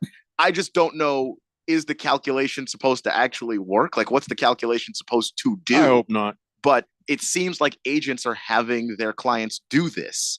So I don't know what to tell you. Standard operating procedure. Yeah, we're gonna unfollow them. That'll show them. I don't think it's a spite thing, because you're still negotiating. Like, if you really just were out, you just say that. Like, yeah, I don't want to play for him anymore. I'm going somewhere else. I'm a free agent. No, the unfollowing is just basically them saying, I don't care. I don't care if I'm here. I don't care if I'm there. Okay, fine. Whatever. It's just, no matter how you try to explain this to me, I'm going to see an impotent kid. Yeah, but to me, I know, like, for instance, like a guy like Giannis, that's not even remotely how his personality works. Like, it's largely agents and people like that are like, hey, so do this for the brand or whatever. Like, it's I don't think that it's even personal, to be honest. Do you think the teams take note of that? No, I don't think the teams care. No, it's more of a. So then why do it? I think it's just a public perception thing. It's you know, look, I'm a fan favorite. Whatever little piece of leverage, even if it's minuscule, you still reach for it. Yeah, but like that's how people operate it today.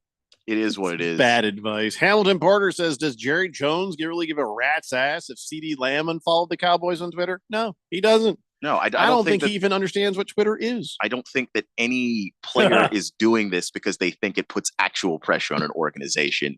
A lot of these guys are brands as well. And so if you're not currently associated with that team, then you don't want that associated with your brand. Why? Please don't ask me. I don't know. It doesn't make sense to me either. Chief Skull says, what the heck? I'm in Denver and I tune in and I got to hear Speedos are fast. That's not right. And the Jaguars are who we thought they were. Who said Speedos were fast? Hey, listen, Speedos are fast. Why do you think they wear them in the Olympics? Oh, and they're swimming. Well, that's the only place Speedos make any sense is in a pool. If you're racing at Olympics level, outside of that, it's not necessary. It's like shaving your legs to go on your bicycle ride with your friends. It's not necessary. I think they do that. They're not going to call you up to represent Team USA in the Tour de France. I think it's not necessary. The fruity little outfit is not necessary if you're on the road. It's all going about to breakfast. Aerodynamics when you're riding in those. Aerodynamics not necessary. He's got the giant teardrop helmet. It's just don't do that. That's you look silly. And they got the clicky shoes when you're walking in the restaurant. They're click, click, click, click, click, click. You see what I'm saying? Just understand, everyone driving and going around you hates you. Hates you. If you're just sitting there wearing cargo shorts and a t-shirt like a regular American and you're riding your bike, I'm like, hey buddy, that's good for him. He's got there getting exercise. But if I see you in your full Tour de France outfit, and like Randy says, your spiky shoes, your this and your that, and your weird helmet hat, I want to run you off the road. I want to extend my toe mirror to right there. Just give you a little pat on the back. Toe mirror. Yeah, for towing. You know how it looks like Bullwinkle the moose. Oh, I see what you're talking. Okay, all right. You're not supposed to drive around normal traffic with those, by the way. If you're out there driving around with your giant towing mirrors, I hate you also. I hate bicyclists. Just in the other direction, yeah. Yeah. Unless you're like, I might see some bicyclists today. Then I'm like, no, the tow mirrors make sense. Then they do. Yes. Baker's Cocky Hen says, watching Rory eat that power bar or granola bar, I felt like I was watching Hartman eating colon blow. Oh, Hartman eating colon blow on the Saturday Night Live skit. His stomach had to be in knots. I love that, by the way. Phil Hartman and the colon blow. That's a good one. That's a classic. Beer Bob says the Jacksonville Jaguars mascot in a Speedo is funny, not scary. You want to see something scary? Imagine Minnesota Viking dude in a Speedo.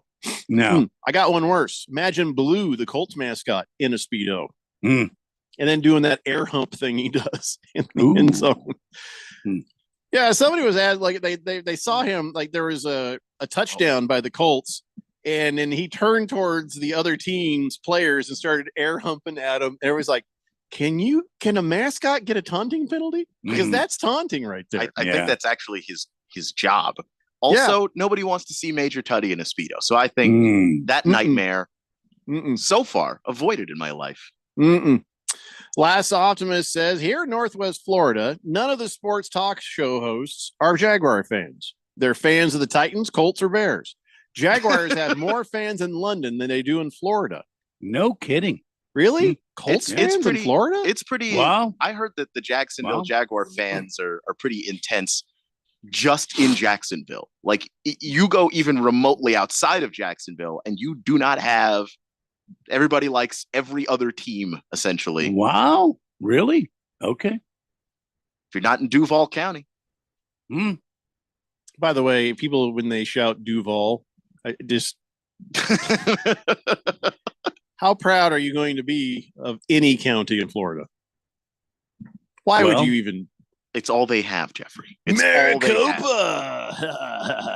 It's Jacksonville. It's the only thing they've got going for them. And they don't even have that going for them.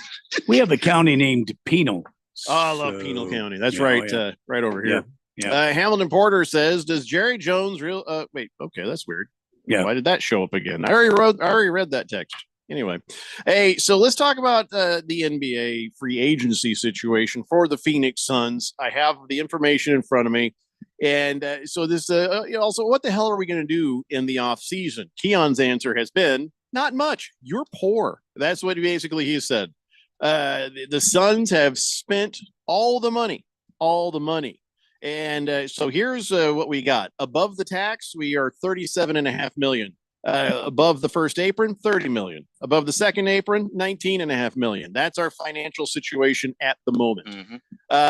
So now what? No, okay, well, there's the draft, but I don't know really what good we're gonna get in the draft. What are we in 22nd or the 22nd pick? 22nd pick. Anything good? Anything? Anything? Anybody good? Anybody good? There are a couple of players that are the Suns could be looking at. There are a lot of mock drafts where Terrence Shannon, who was just cleared of his sexual assault case, there are a lot of mock drafts that have the Suns taking him. He could help solve that point guard problem. With a rookie that you're not going to put a ton of pressure on. But there are a lot of people who like Zach Edey in that spot. There's another center who I'm blanking on right now that also kind of maybe fits what the Suns might need. Somebody who can be a dominant rim protector, but again, doesn't necessarily need the ball a ton, doesn't need to go out there and put the team on their back, just be a part of this system and a part of this team and fill a major weakness, which could be either distributing the basketball or defending the rim, depending on if they go point guard or center. So we're also not delusional that we're going to draft somebody who's going to push us into the finals. We're not delusional about our chances with what little money there is, to spend on any players. Whistling Gerbil says Edey is the pick. Okay. I like Edey there if he's there. He's kind of moved around on the draft board, so it's hard to tell exactly how teams value him. This is a weird draft like that, but he could be available. Prison Wallet says if LeBron Jr. is still available, the Suns should take him and hold him hostage. It's not. Nobody's ever going to pay that ransom, man. It's not going to help you. Sad to say, not going to help you, and you would have drafted him too high. You shouldn't be taking Bronny in the first round at all. You mean like hold him hostage in a small room until LeBron pays, or do you mean something else? One is kidnapping. The other, I don't know. Ringless Joe says, Jeffrey, the Suns are dead, but like a phoenix, they will rise. It just might take several years. Now, listen, I know when we talk about this, I'm not expecting an NBA championship to be the outcome. You just want to keep seeing them do well or do better. And you hope for the best. You hope for a trip to the finals. You just got to do the best you can with what you got. The new owner of the Suns, Matt Ishbia, he's painted us into this corner.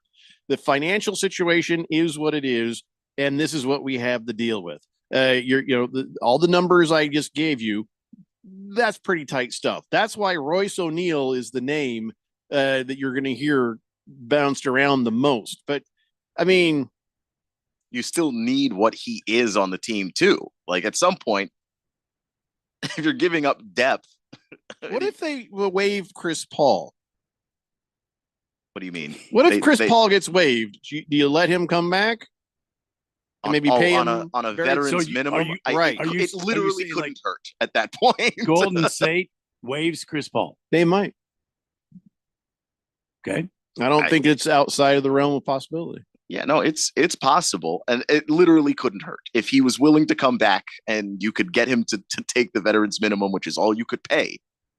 I would, yes. Do you think the Suns will do what they need to do to secure Bol because he's goner? I don't know how much they like him, so that's the first question. Bol does a lot of things very well, but there's also consistency issues with him, and you get an up and down performance. He's, for how tall he is, a incredibly bad defender. So I don't know whether or not the Suns would bring him back, but I also just think they're so short on options. It would be surprising to me if they didn't get that done. Not a lot they can do is what you're saying. I have no good ideas. I was trying to look it up because I saw a trade over the weekend. It was one of those kind of proposed trades, not anything official, but there was a trade to kind of move Bradley Beal to try and get some of that cap flexibility back that looked pretty solid. And it was Phoenix and Portland, and there was a third team involved. I think it was Orlando. And it would get Beal kind of off the books, because I just think that he's the one that's kind of gumming up the entire operation. All right, you do that, then who do you go after when you have a little more to work with? I know that the trade had Matisse Thybulle coming back to Phoenix. I forget a couple of the other guys there, but the if you got Thybulle, that would be really nice. Wouldn't necessarily solve your problems, but if you add that, plus now you have more money that you can go out and try and secure a player. Now you're not just talking about guys you can only get on a veterans minimum. You have a few more options at the grocery store. Well, I don't know what they're going to do or what they're not going to do. Maybe they're going to do very little, but you can't expect different results. Maybe they're hoping that the coach is the solution, and we had all the pieces to begin with. We just needed a better coach. I hope. Yeah, maybe a guy that just, because to them, like, a team was clearly built towards offense, and then they hired a defensive guy, and then nobody in the offense was happy with the offense. And maybe they're hoping that if we get a guy that's going to understand what players want offensively, and we're already geared that way anyway, let's just add to the strength we have and see if we can just go 100% into scoring. Ringless Joe says Matt Ishbia needs an eye exam from Henry Winkler and a psych eval from Chuck McDowell.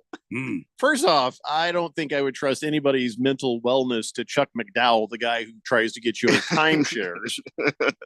But okay. The ugly truth about timeshares. Chief Skull says, I don't want baby LaFlop. This NBA draft sucks anyway. It's not a particularly, well, the thing is, people say that, but every draft you look back on it and you go, every bad draft has a player. We just don't know it yet. But I remember the 2013 draft might be the worst draft I've Try ever again, seen. 2000. Try 2000 draft. Go look it up. But That the was 2013 draft had Giannis in it. We just didn't know that Giannis was going to be Giannis. Oh, I see what you're saying. No, but year 2000, that draft, statistically the worst draft. That draft saw the teams in the draft that drafted 17. We're running up against the clock. I'll explain when we come back why the draft in the year 2000 worst period draft period ever period. It's a Daily Blender here on 1580 The Fanatic. Every business faces challenges, but complicated, expensive, and uncertain shipping shouldn't be one of them. With USPS Ground Advantage from the United States Postal Service, you can avoid all the noise.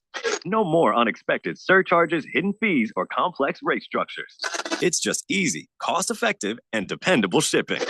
Tune your business's frequency to success and turn shipping to your advantage. Learn how at USPS.com/advantage. USPS Ground Advantage. Simple, affordable, reliable. Don't be fooled by the people you meet on social media. It may start as an innocent conversation, but anyone who tries to sell you pills is nothing more than a drug dealer. And if you think tiny pills can't do much harm, think again.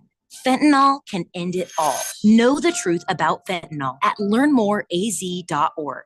Don't be fooled. Don't be faked out. Visit learnmoreaz.org. This message is sponsored by the Substance Abuse Coalition Leaders of Arizona. As we plan for our retirement, there are 4 questions we need to ask ourselves or our retirement planning advisor. How much?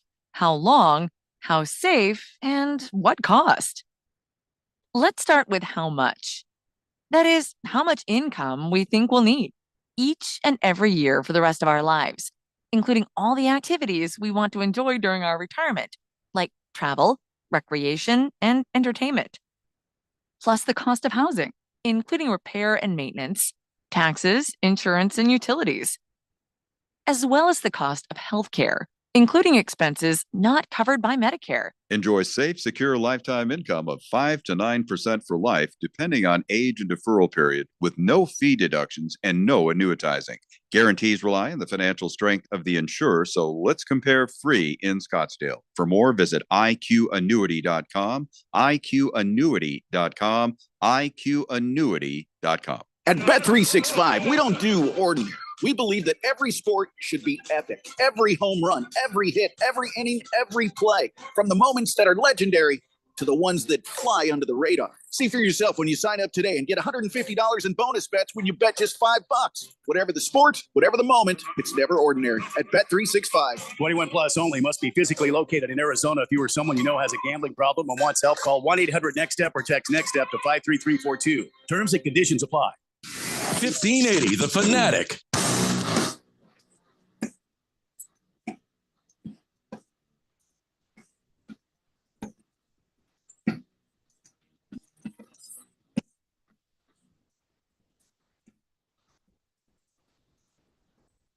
Blender here on 1580 The Fanatic. So the 2000 NBA draft was so bad. The advanced statistics show that players from the draft collectively made their teams lose a total of 17.3 games more than they would have without those players. That was a bad draft. Yeah, that's pretty definitive. And even then, though, you get, Jamal Crawford. He played 20 years. Kenyon Martin. Like the point is, you can still get good players in a bad draft. Well, I didn't say every player in the draft but was garbage. That's what I'm saying. It's like that was a bad draft. That was a bad draft. 2013 is still I don't have any numbers. It just, when I saw that draft, I was like, oh my God, this is terrible. Like, I don't know what advantage you get picking first. You win the lottery that year. You're just like, what do we do? Is there any clear good person? There at least is some idea that there are good players in this draft. It's just hard to figure out who they are. Like, can we pass? What? Meanwhile, the number 2 we'd like pick, to pass and then hold on to the number 1 pick for next year. We won't do it. Can we just save it for next year? roll it over? Yeah, No? because that's the reason why, if you wanted to say this draft lottery is rigged, I mean, fine, but like, this isn't the draft you want it to be at the top of the draft for. This is no one is excited about this. But yeah, that number 2 pick in the 2000 draft, Stromile Swift. I forgot that man existed, and you have to be absolutely disappointed with every way that career turned out. Mm-hmm. Ugh, it was bad. It doesn't get better as you read down. Darius Miles, what a disappointment. Do you see Marcus Pfizer? Anybody who became anybody on that list? Just Kenyon Martin? The great Kenyon Martin. Just Kenyon Martin and Jamal Crawford. A little Hito Turkoglu later. Yeah. All-stars. Yeah, sure. Choro says, is that a burner? He's asking about your dog. That is not a Bernese Mountain Dog. I kind of thought the same thing when I first saw Blue. Randy got himself a new puppy, and that is an Australian Shepherd. It is, yeah. So if there's ever any Australians around, he will shepherd them. Well, Australian Shepherds are actually American dogs. I don't know why they're called Australian Shepherds. I told you why. Extremely intelligent. Yeah. Which is that can be annoying. A dog who's really smart can also be annoying. Sometimes girlfriends have been that way too. Beer Bob says, would love to see the Suns draft Zach Edey. I just don't think he falls out of being a lottery pick, much less being there at 22. Yeah, haven't they done the rigged lottery pick already? Yeah, where are we at with all this? When is the draft? July. I thought it was July 22nd. Is it June? Oh, okay. Yeah, you're right, because these NBA finals have to finish up. Yeah. So that it could be tonight, but it also could be 2 weeks from now. So July 22nd, I think, is the draft, and I think Atlanta somehow landed. I think Atlanta somehow landed the overall pick. Yeah, the first overall pick, which is, there are teams that are genuinely happy to be drafting later in this draft because there's going to be a bunch of very disappointing people at the top of this draft. So is your puppy in a crate? No, I Miss Kim is home. I don't know. I went and got some water and handed off the puppy responsibilities onto to Miss Kim. I may have to shut the door. No, that's all right. No, you don't have to. You're fine. I heard Blue off in the background. Yeah, that's Blue. Yeah. 888-368-1580. Let's talk some Arizona Diamondbacks now, shall we? Shall we? Let's do it. Yeah. So they're playing the Nationals. Tomorrow night. Yeah. And so does that mean we're going to have a bet? Are we going to have some sort of? I mean, I don't know if we need to do that. Both teams are pretty much on the same level right now, right? At least with the record. Who's hot and who's not right now? Looking at the Diamondbacks have won 3 of their last 4. They won the series with the Angels 2-1. They won the series with the White Sox 2-1.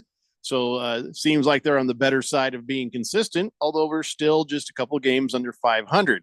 On the other hand, if you take a look at your Washington Nationals, they just swept the Marlins in that series they just played. They won 2 out of 3 against the Detroit Tigers. They swept. Oh no, they 3 out of 4 against the Atlanta.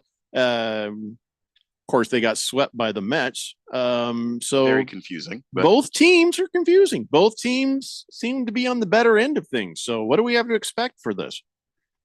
Well, I think it's going to be a fun series. I think this is one the Diamondbacks need to go in and continue to protect themselves and protect the road, even though they're injured and trying to get out of the way of losing games. They need to continue to do what they've been doing offensively, and we'll have to wait and see. Let me show you the edge they have as far as injuries. Okay, so there's all the injuries for the Arizona Diamondbacks. And there's all the ones for the Nationals. None. You guys are listing no current injuries on the injury reports for the Washington Nationals. In the meantime, you've got Corbin Carroll's day to day. What happened to him? Well, he kind of got injured. He pulled something at running the bases, and we'll have to wait and see how that plays out. I don't know. He might be ready for this game. Josh Green might be ready for this game. Jose Castillo might be ready for this game. Zach Gallen will not be. He's still going to be out. But Yumin Lin might be ready for this game. So all our injuries, 4 out of the 5, could be ready to play that day. Yeah, well, we'll have to wait and see. Merrill Kelly still on the IL and making progress is what I understand. He is 35, so he's a bit older. So we'll have to wait and see how he's responding. But he looks like it's going to be beyond the All-Star break before Merrill Kelly makes a comeback. The one I've really been watching is Erod, trying to figure out is Eduardo Rodriguez going to come back this season because they keep pushing him back, they keep moving him around, they keep changing the story on him. So I don't know what's going to happen. He had that lat injury, so we'll have to wait and see. Currently, he's on the 60-day IL, but he's extended his throwing program out to 105 feet, is what has been recently reported. That's good. He is throwing the ball, but we'll have to wait and see. He's got to throw some bullpen sessions. Then he's got to get into AA and AAA baseball to see how he's doing, and then if he does well there, then they'll bring him back up to the big team, and we'll go from there. All right. Well, I guess we'll see. Do you have any comments on your Washington Nationals, Keon? Yeah, I nobody cares. Moving on. Okay. No, I'm kidding. Go ahead. All right. I'm just having a fun season with them. You know, if you had told me at this point in the year in June that they'd just be a game below 500, I would have been surprised. They were not very good last year, and they have a young team, and the guys just keep getting better. And I do think that that's an edge the Diamondbacks have over the Nationals, is just how just inexperienced the Nats are. But they hang in games and they pitch really well, and they get on base, which is the thing that's keeping them alive in a lot of games. So let's talk about Ronel Blanco. All right. So he was in the 7th inning, no hitter, and they pulled him out. For the Astros, yeah. Yeah. So here's what he said. Now, I get it, but there's a problem I have with this. He says he wasn't upset when he got took out. He says, I threw a lot of pitches, and I wasn't going to be able to finish it, so I just accepted it. This is what we've done to these guys, Randy. This is what we've done to pitchers. The mentality should have never been, and when it's never before, I threw a lot of pitches. I wasn't going to be able to finish it. You believe in your head you can finish every game you start when you were a pitcher before. Yeah. Now this guy's like, man, I knew I wasn't going to make it. But it's just like, no, that's not the right mindset. And taking a guy out when he's pitching a no-hitter, not a great idea. It's not right, but he was starting to falter when they did take him out. He had walked some people. He had loaded up some bases. He got himself out of trouble.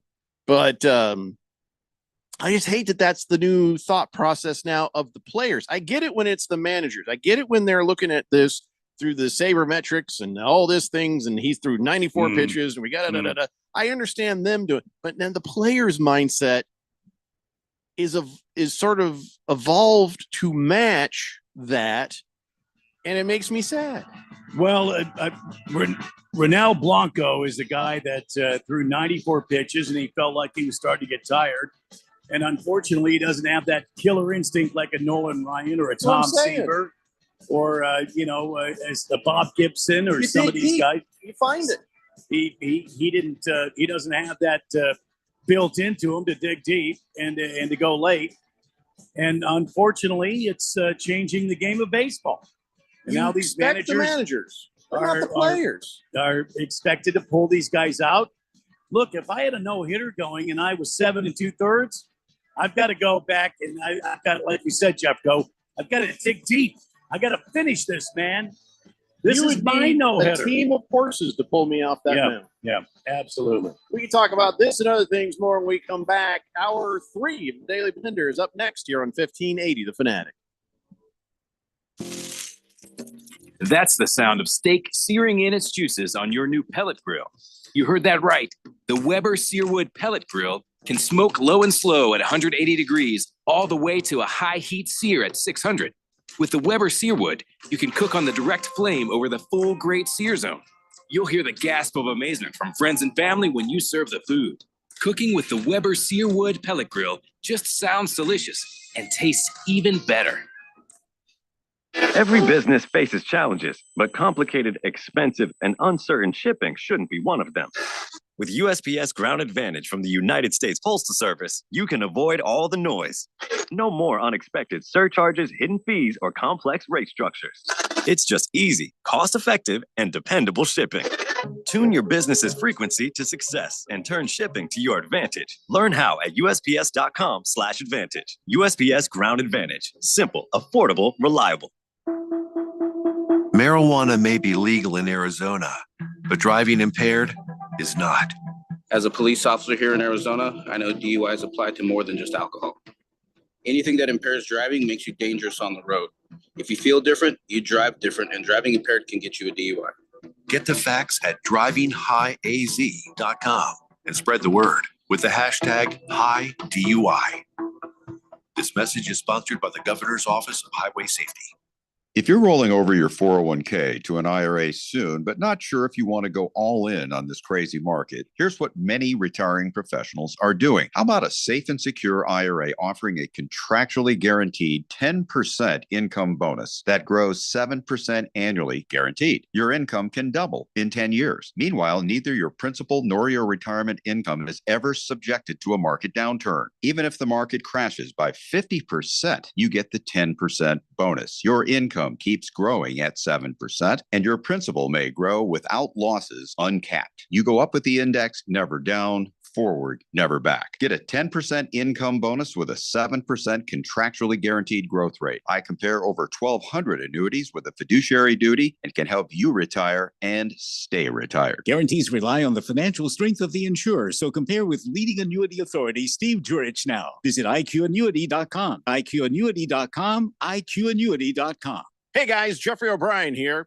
Did you know Harman Solar has gone super high tech? There's an amazing tool at harmansolar.com that'll give you an instant ballpark solar estimate using satellites from space. You just type in a little information, and within seconds, you'll have an idea of just how little money it takes to save big on that monthly electric bill. I did it, and within seconds, they measured my roof and calculated my savings. It's very impressive.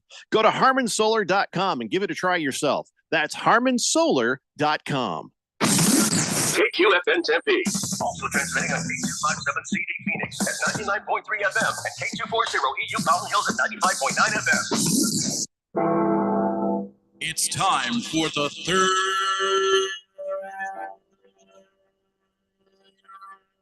hour. Quiet, people, settle down because it's time. Time for what? Showtime. When does it start? Right now. 3, 2, 1. Let's get on with the show. Let's do it.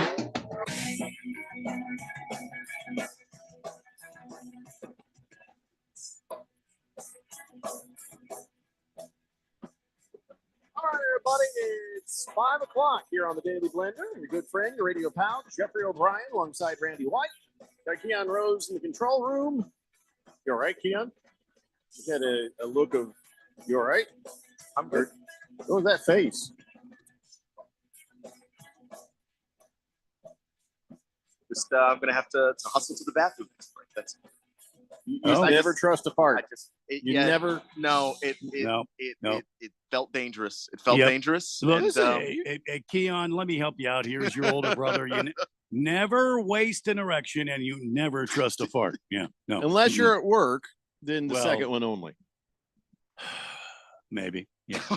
Keon, if you need to go, go ahead. Just go. We got this for a few minutes. Yeah, go ahead.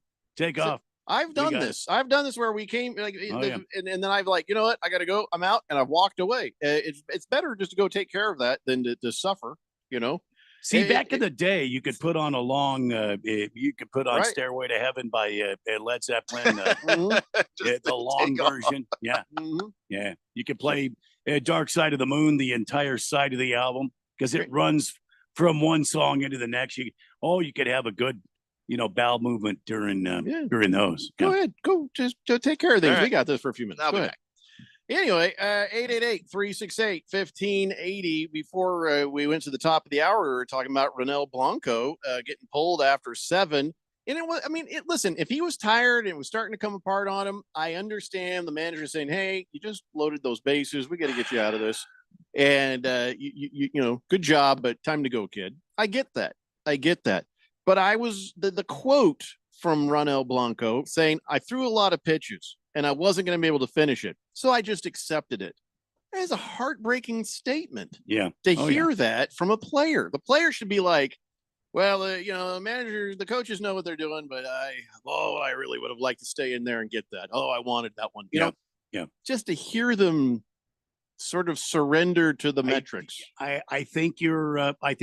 I think guys nowadays are obviously much softer. I mean, back in the day, you wouldn't see a Tom Seaver come out of the game. You wouldn't see a Kurt Schilling. He'd be spitting mad. You wouldn't see a Randy Johnson come out of the game. You wouldn't see guys like that. Sure. Nolan Ryan, he wouldn't want to come. Just go sit down. There's a statement that is tried and true. Winners want the ball. Yes. Winners want the ball. And they always think they can do it. Apparently he didn't have the confidence in himself or his stuff. Well, to be fair, he was starting to throw, he was getting into trouble. But that's not the point. Whether he was or wasn't, it's the statement. It's the thought process. Yes. It's the surrendering to the thinking. And I just, that ain't good for baseball, man. Well, I mean, it may not be good for baseball. But that's the way it is nowadays. These guys are just they've been groomed to throw 5 or 6 innings, and that's it. Back in the day, I mean, these guys were not groomed to throw 5 or 6 innings. They were groomed to go out there and pitch and pitch the entire game. That was the expectation. And maybe in the 8th you would come out, and then the closer would come in and shut it down. But guys that nowadays it's 5 or 6 innings max. Even when they've been playing all season, you still don't see guys. It's rare to see a complete game, and it's rare to see a complete game shutout nowadays because these guys just don't have it. They just don't have the strengths. You don't want to overdo. You don't want to overtax. You don't want to ruin. You don't want to injure. I understand all that. But a no-hitter is a special thing. Yeah, you're right. You're right. The guy is on his way to a no-hitter. You let him get into the trouble before you pull him out. He got into trouble. He got out of trouble. Yeah. He got in that trouble. He got out of that trouble. So you could have brought him back the next inning. Let's see what happens. And if he gets in any kind of trouble, boom, pull him out. Okay, you're done, pal. But give him the damn ball. let him at least take the ball and give up the first run or the first hit. Right. Because it's going to happen when you throw your reliever in anyway. Something's going to go wrong. Right. I don't know. Maybe it's just me, but again, and not to question a manager in the way they are thinking. When you hear his quote where he just accepted it, that just no. I hate that. I hate no. that. That's not that killer mentality. Yeah. No. And it's not his fault that he doesn't have it. This is the new thinking. This is the You're way right. they're being You're right. brought up. And It's the new it's the new revolution. So hate it. Beer Bob says, I thought I heard Corbin Carroll stayed behind as the team left for their 6-game road trip for an MRI today.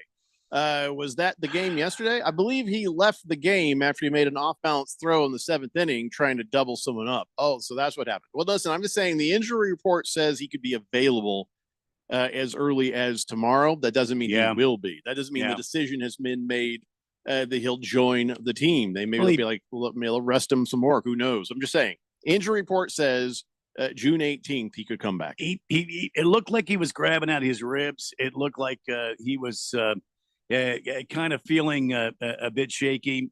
Maybe they're going to go ahead and take some pictures of the rib cage, make sure he didn't tear anything, make sure he doesn't have an injury that's going to go, hurt him. They want to protect him, but bottom line is Corbin Carroll is what makes this team go.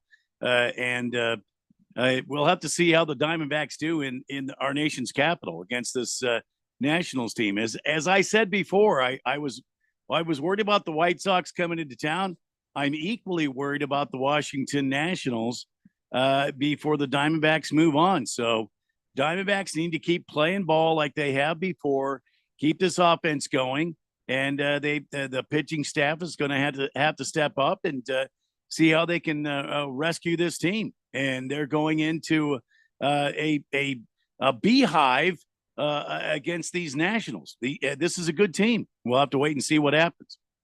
Choro sent me a photograph, and it's not like the ones Moist One sends. This one is a photograph, and in the photograph, some dude, some gal, Travis Kelce, they're on a golf course.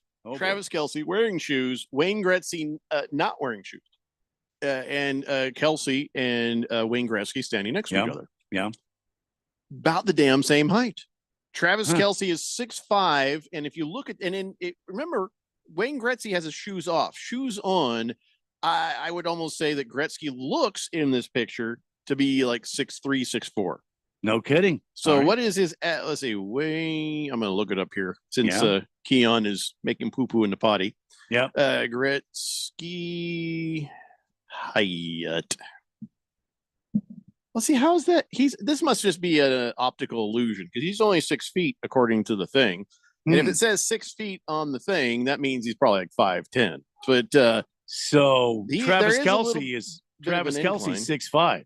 So yeah, but see, Travis Kelce's wearing shoes. You can see his feet are a little bit bent, which means they are on an incline. So Wayne Gretzky being a little bit closer kind of checks out, but I tell you what, the picture does make it look like he's damn near Travis Kelce height. Yeah, that's an optical illusion, Choro. That's what that is. Big George says, Randy, help me answer this question. All right. On Saturday, when the Diamondbacks got blown out by the White Sox, Torey Lovullo went out to the mound to tell the pitcher, Thiago Vieira, to purposefully commit a balk by dropping the baseball with 2 outs and a runner on second.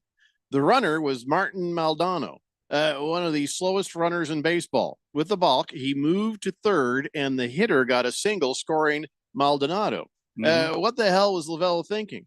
The Maldonado was stealing signs? It was a boneheaded move by Lovullo, yet again, to lead us to losing the game. Well, I have never in my 62 years of existence on this earth ever heard of a manager going out and telling the pitcher to commit a balk. Never. I don't know how that would help them. I don't know how that would help the team. Committing a balk is stupid. You basically are giving the base runner, no matter where they're at on the infield, the next base for free. So if that's the case, I'd have to call into question what Torey Lovullo was saying. I didn't see that. I didn't read about it, but if that's the situation, if Torrey went out there and said, "Hey, man, commit this balk," I don't see a reason for that. These guys could change signals up very easily, and they're using that program now. That's that the catcher has. He presses a button, and the pitcher's got the one the Seawald doesn't know how to use her. Well, that's I mean that could be it. So, but I've never heard of a manager calling for the pitcher to commit a balk intentionally. Never. He said after the game, Maldonado was very crafty, and he was given signs. He was perfect. He didn't miss one, and so I just went out there and said, "Hey, let's force a balk." Well, that's ridiculous. Change the damn signs. That's stupid. That seems like an easier. That is stupid. If that's what Torey Lovullo said, and if that's my God, directly from his mouth. That's my directly God. from his mouth. He didn't even. I gotta tell you, Yeah. I've never in all my born put together days, I've never heard that. That is stupid. Just change the signals, man. So here's the latest on Corbin Carroll. He's going to join the Diamondbacks in Washington. He will be there tomorrow. He had an MRI today, revealed no significant damage to his left side. So he's going to get back in the game tomorrow against the Washington Nationals. So there you go. Probably a little sore. Yeah. Yeah. 888-368-1580. Now that Keon is back from, you look 5 pounds lighter. Well done. I feel 5 pounds lighter. Everything come out okay, Keon? Yeah. Good. Yeah. Churro says, Keon, pro tip, always have a bag of dude wipes in your office drawer. I know I do. It wasn't that bad. It's always good. Can I just take a moment? I want to thank somebody. I think gratitude is something we all need to find in our lives and be grateful for sometimes the little things as much as the big things. And so I just wanted to take a moment and actually show some gratitude. And I'm not trying to get like yoga pants zen on you here. I just wanted to say thank you. Something that was, that made me very happy that somebody did. And it was special. I just want to thank the Red Sox for what they did to the Yankees. Oh, that was so nice. Oh, just embarrass the Yankees. Thank you. Yeah. Thank you. Oh, Red Sox. I mean, I don't care about the Red Sox any other time. Don't get me wrong. I'm not a Red Sox fan. But when they play and when they beat and when they embarrass the Yankees, I'm happy. Feels good. 2 games in a row. 9-3, 8-4. So, yeah. They won the series. It scored a lot of runs by moving players around. They had 9 stolen bases last night, I understand. That's a lot of money at work getting beat like that. 9 stolen bases. Yeah. Thank you so much. I don't ever do this, but here you go, Red Sox. That's for you. That's for Boston. Making a little heart thing with my hands in the video. Thank you. Swazman says, Jeffrey, yesterday's game, the Yankees totally blew it. Bases loaded, no one out, no runs. Plus, Rizzo got hurt. Now, I'm not happy when people get hurt, even if they are stupid Yankees. But yeah, that was a hell game for the New York Yankees. Look, I mean, you've got to protect yourself if you're trying to catch a ball. You're running. You're trying to also hit the base with your foot. And you've got a runner bearing down on you. You as a Boston Red Sox, you got to protect yourself. I don't see anything wrong with that play. It's just that's the way it works. I mean, as runners, we were taught to run outside the baseline if there's going to be a guy there in kind of the middle or the middle inside of the bag. You run outside the baseline, try to get it with your left foot, but apparently Rizzo didn't get that memo. So. I hope he's okay. I hope he can come back and play. I hate the Yankees, but I don't wish injury because, they're not bad guys, I guess. I don't hate the Dodgers. I'm annoyed by them. Can't stand them. Want to see them lose a lot, but I don't hate them the same way I hate the Yankees. So then it makes me sad to see Mookie Betts fracturing his left hand, getting hit by a pitch. That was rough against the Royals. Just got drilled right in the hand there. 98-mile-an-hour fastball. Bam. And now, I don't know. How long will he be out for that? It's going to be a month easy. Easy going to be a month. Might be 2, depending on how the healing progress goes. Because your hand is on that knot of the knob of the bat. And when you take a fastball off that hand and it's holding the bat and you're holding it with some strength, man, that really snaps those things, those bones in there. And you've got all kinds of small bones in there. And sometimes they have to be surgically reset. This time doesn't seem like they're going to require surgery on Mookie to get him fixed. It's just going to be a healing situation. But you hate to see that. You hate to see that with anybody. That hurts, man. I've been hit in the hands many times as a batter, and that's no está bien. I'll tell you that much right now. That hurts like hell. So I don't wish ill will. I hope Mookie Betts gets. I always liked him. Hope he recovers. He was having a great season too, man. No ill will for Yoshinobu Yamamoto. Yes. But he's going to be out for quite a bit of time. He's got a strained rotator cuff.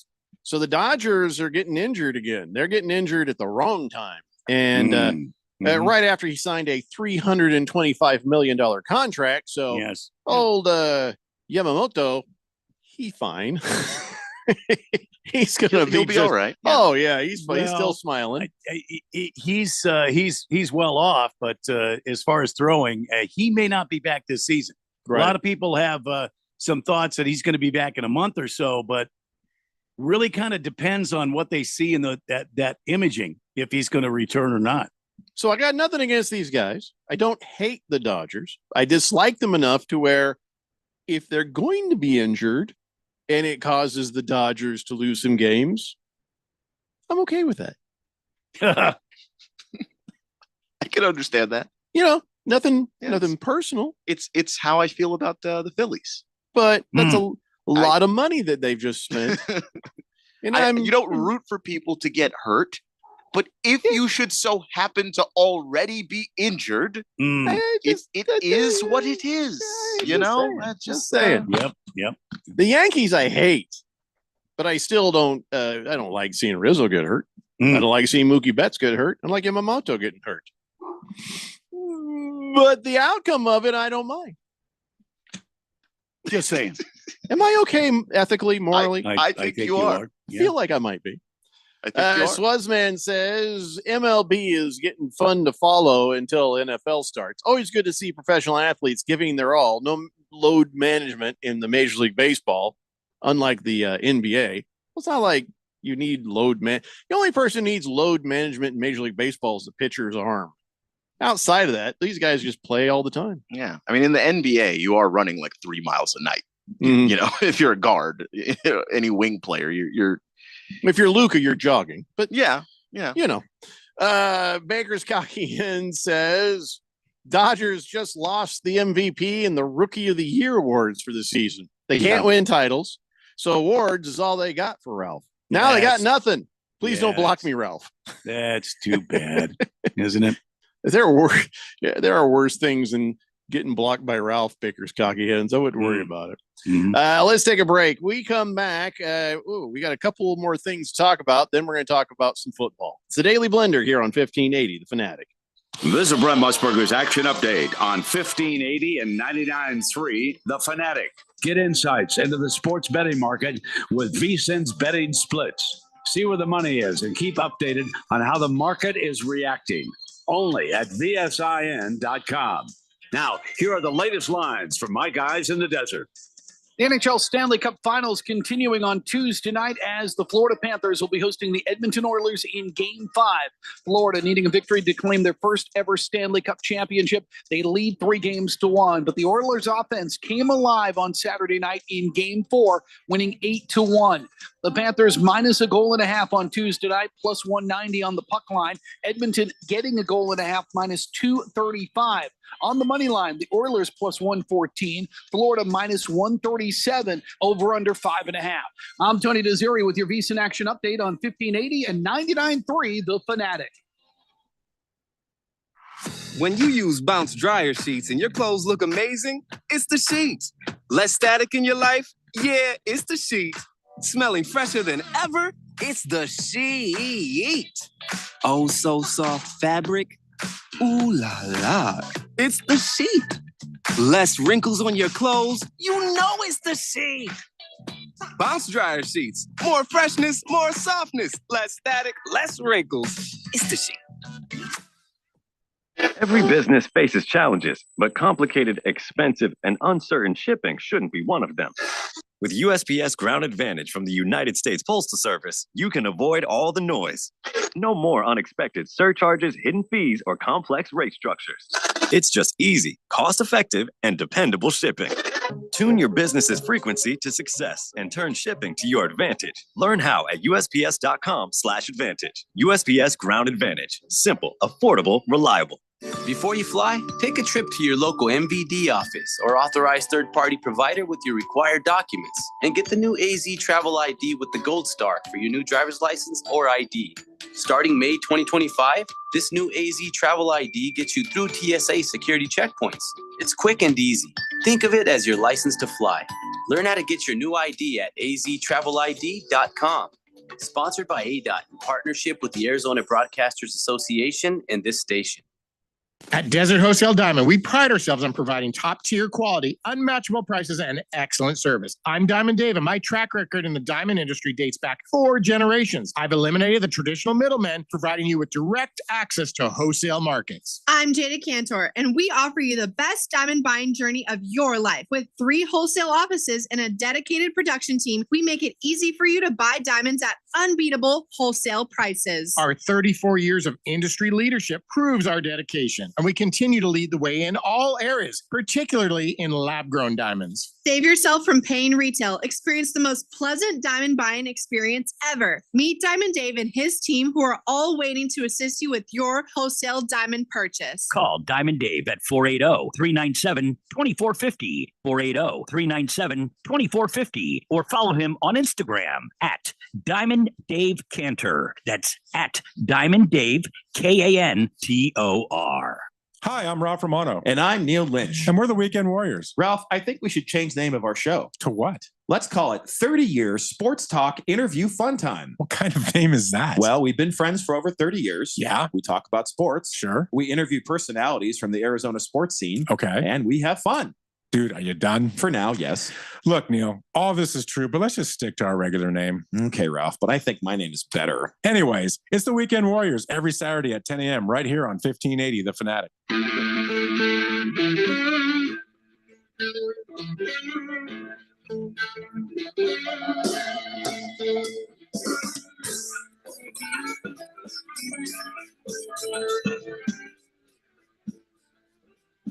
Blender here on 1580 The Fanatic. Baker's cocky hen says Dodgers. Oh, Aaron Reynolds. Yeah, don't block him. Anyway, you're all right. Oh, there's Rick. I thought Randy was gone. No, I'm here. Puppy. Randy's got a new puppy today, by the way. I keep forgetting that people come and go when they're listening, and out of nowhere, if I just go, "This is a puppy," then they don't know what the hell I'm talking about. It's new puppy. That's Blue. Blue boy. What's a puppy? It's a beautiful dog. Yeah. If he had social media, that Randy would probably post a picture of him. Oh, sure. Yeah. Since you don't, can I post a picture of your dog? Sure. I'll show everybody how, because you'll understand why. I can't help myself. He's a good boy. Yeah. And I'm not kidding around. If you ever leave me alone with that dog, you may not have a dog any longer. Be gone, huh? Yep. I'm telling you up front and honest. I know. And we have another new texter on the text line, everybody. Wants to be called Spidymon? Spidymon? Am I saying that right? Spidymon. It could be any Spydmon. Spidman? Spidymon? Spidymon. I think like Spider-Man just must be Spider-Man. Spidymon. Spidymon. It's a mon, so we have to be like Hey, Spidey-Man. Spider-Man. Like a reggae Spider-Man. Yeah, oh, yeah. Got to get that reggae feel in there. So there's new to the program. Call me Spidey-Man. Native Arizona favorite teams to hate: Dodgers, Yankees, Lakers, Cowboys. Okay. All right. So you're all Arizona teams then. You're All right. Cardinals, Suns, Diamondbacks, not you Coyotes. Anybody else? I don't know. Are those your teams there? And by the way, if I'm not saying it right, please phonetically spell out how you want. Because I could have just said Spidman. Spidey-Man. I think I'm right. Spidey-Man, huh? Hey, Spidey-Man, eh?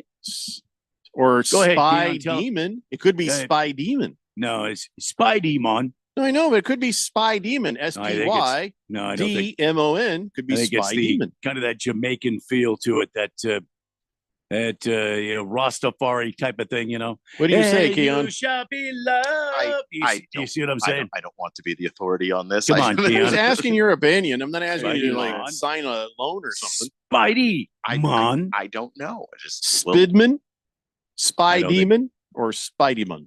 Could be a spearman. That'd be like a biplane. I do like Spy Demon. That one's Spy Demon's interesting. Demon. Yeah.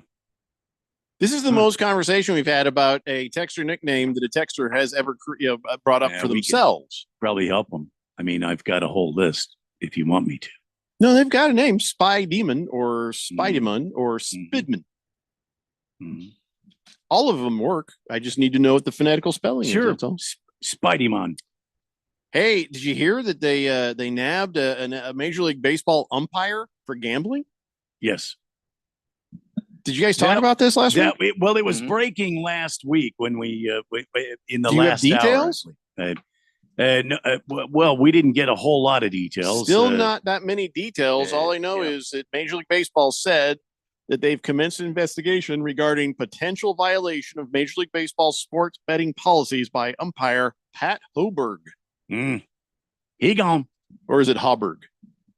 I think it's Hoberg. I believe it's Hoberg. Yeah. Yeah. See, I got Spideyman or Hoberg. I don't know. Hoberg. No, I'm pretty sure it's Hoberg. Okay, it's been clarified. Spideyman. Yes, Spider-Man with the Jamaican accent. Spideyman. So I gotta say it like that every time, or can I just call you Spideyman? So does that mean that Spideyman is Jamaican or just trying to be Jamaican by feel? Good question, Spideyman. You might want to let us know a little bit about yourself, so we can kind of wrap our heads around these things. Man, I don't want to make him. I don't want to drive him away. I just would love to know more about our listening audience. Fourth dimension. Yet. So Keon, what do we know? Anything new? Because this is huge. They're saying there were no games affected. They said we did not find any evidence that games worked by Hoberg were compromised or manipulated in any way. Major League Baseball decided that here is the discipline. The discipline, I think, was a suspension. It's a suspension right now. He is expected to appeal the penalty. Can I just say something? You just banned a basketball player for life. You just banned a baseball player, a Major League Baseball player for life. Yep. We're just going to suspend the umpire. The umpire should be banned for life for gambling. Thank you. Yeah. Thank you. Like, even if he didn't impact the games because he didn't gamble on games he was officiating, that's still wrong. Yeah. He should still not be doing that. He does compromise both the baseball and the betting. So, and the fact that they're, partners with a betting app, not helping anything in this situation. He should absolutely be gone. This is For suspension life. is not big for life. Suspension does not really do this justice. And the fact that he even has the gall to try and appeal what isn't. Well, what is he appealing? We don't know the facts of what he's even appealing. He may say, "Oh, I didn't bet that. That wasn't me." Or whatever his excuse is.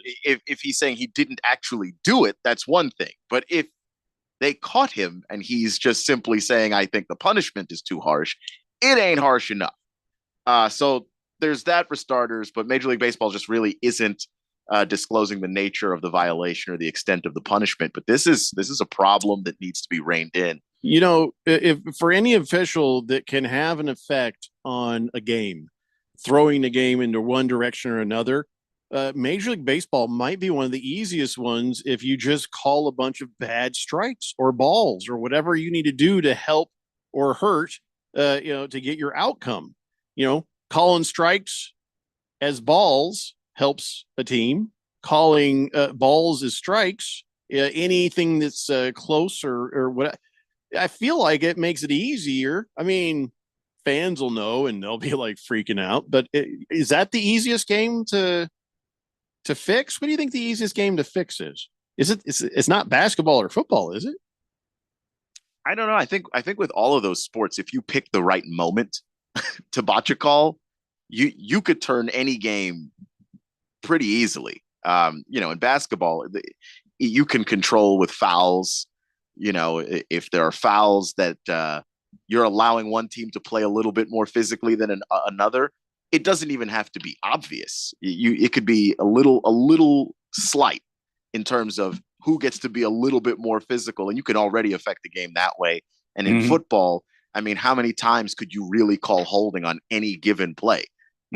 When you decide to make that call could turn a game as well. So I think that they all have their moments, and it depends on who has that call in that big moment to make. I think you could turn any of these games pretty easily. If you don't mind being obvious, I think baseball might be the one you could have the quickest and most effect on by calling all balls strikes or all strikes balls.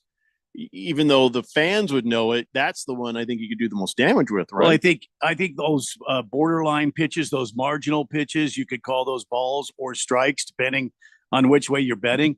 A select safe or out call on a base. Absolutely. There's a lot of ways you can affect a game as an official in baseball. Sure. Pull the plug says, of course, no games were affected. Right. That's the thing. That's what they ought to say.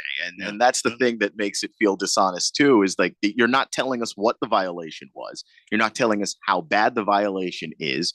You're simply offering that there's a suspension and an investigation. We don't know what you're investigating, but you're going to tell us, well, don't worry, the game hasn't been compromised, but we can't tell you anything else.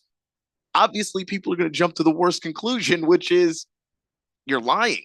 Yeah, and it's probably worse than what you're even letting on. Exactly. Exactly. Or else you wouldn't have told us this anyway. So pull the plug. There you go. I agree. Spidemon says umpires should be gone for life for gambling on Major League Baseball games. Thank you. It's a big problem. You are correct. So I guess we might or might not know or see what happens next with that.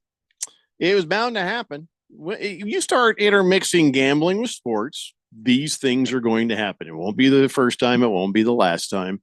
I think they'll start getting smarter about how not to get caught doing probably what they've always been doing anyway. Maybe. And I think there's a point there. I also think that when I look at some of the stuff in the NFL, I think the NFL's got a real problem, but most of it is league employees have been making bets. They're not part of a union. You can just throw them to the side and they have small roles in the NFL. So if you get rid of that person, most fans aren't going to notice, the day-to-day operation kind of worker. Why can't a day-to-day operator, like a guy who works in the PR department or something or somebody, somewhere within the organization gambling, what's the problem with that?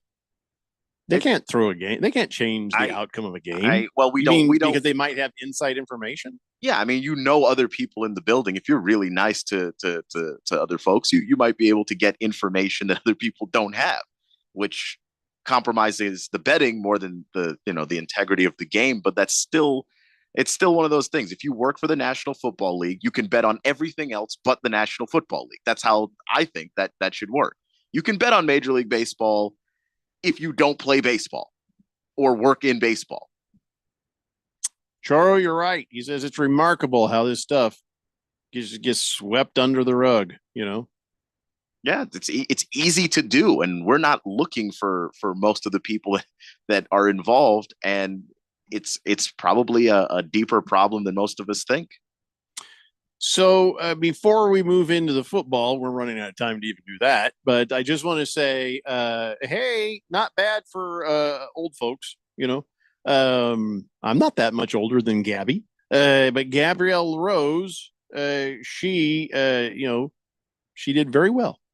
She swam a lifetime best of 108.43 in the 100-meter breaststroke, the oldest of more than 1,000 athletes swimming at the Lucas Oil Field Stadium there, and she became the oldest semifinalist in U.S. trials history. So that's cool. Good for her.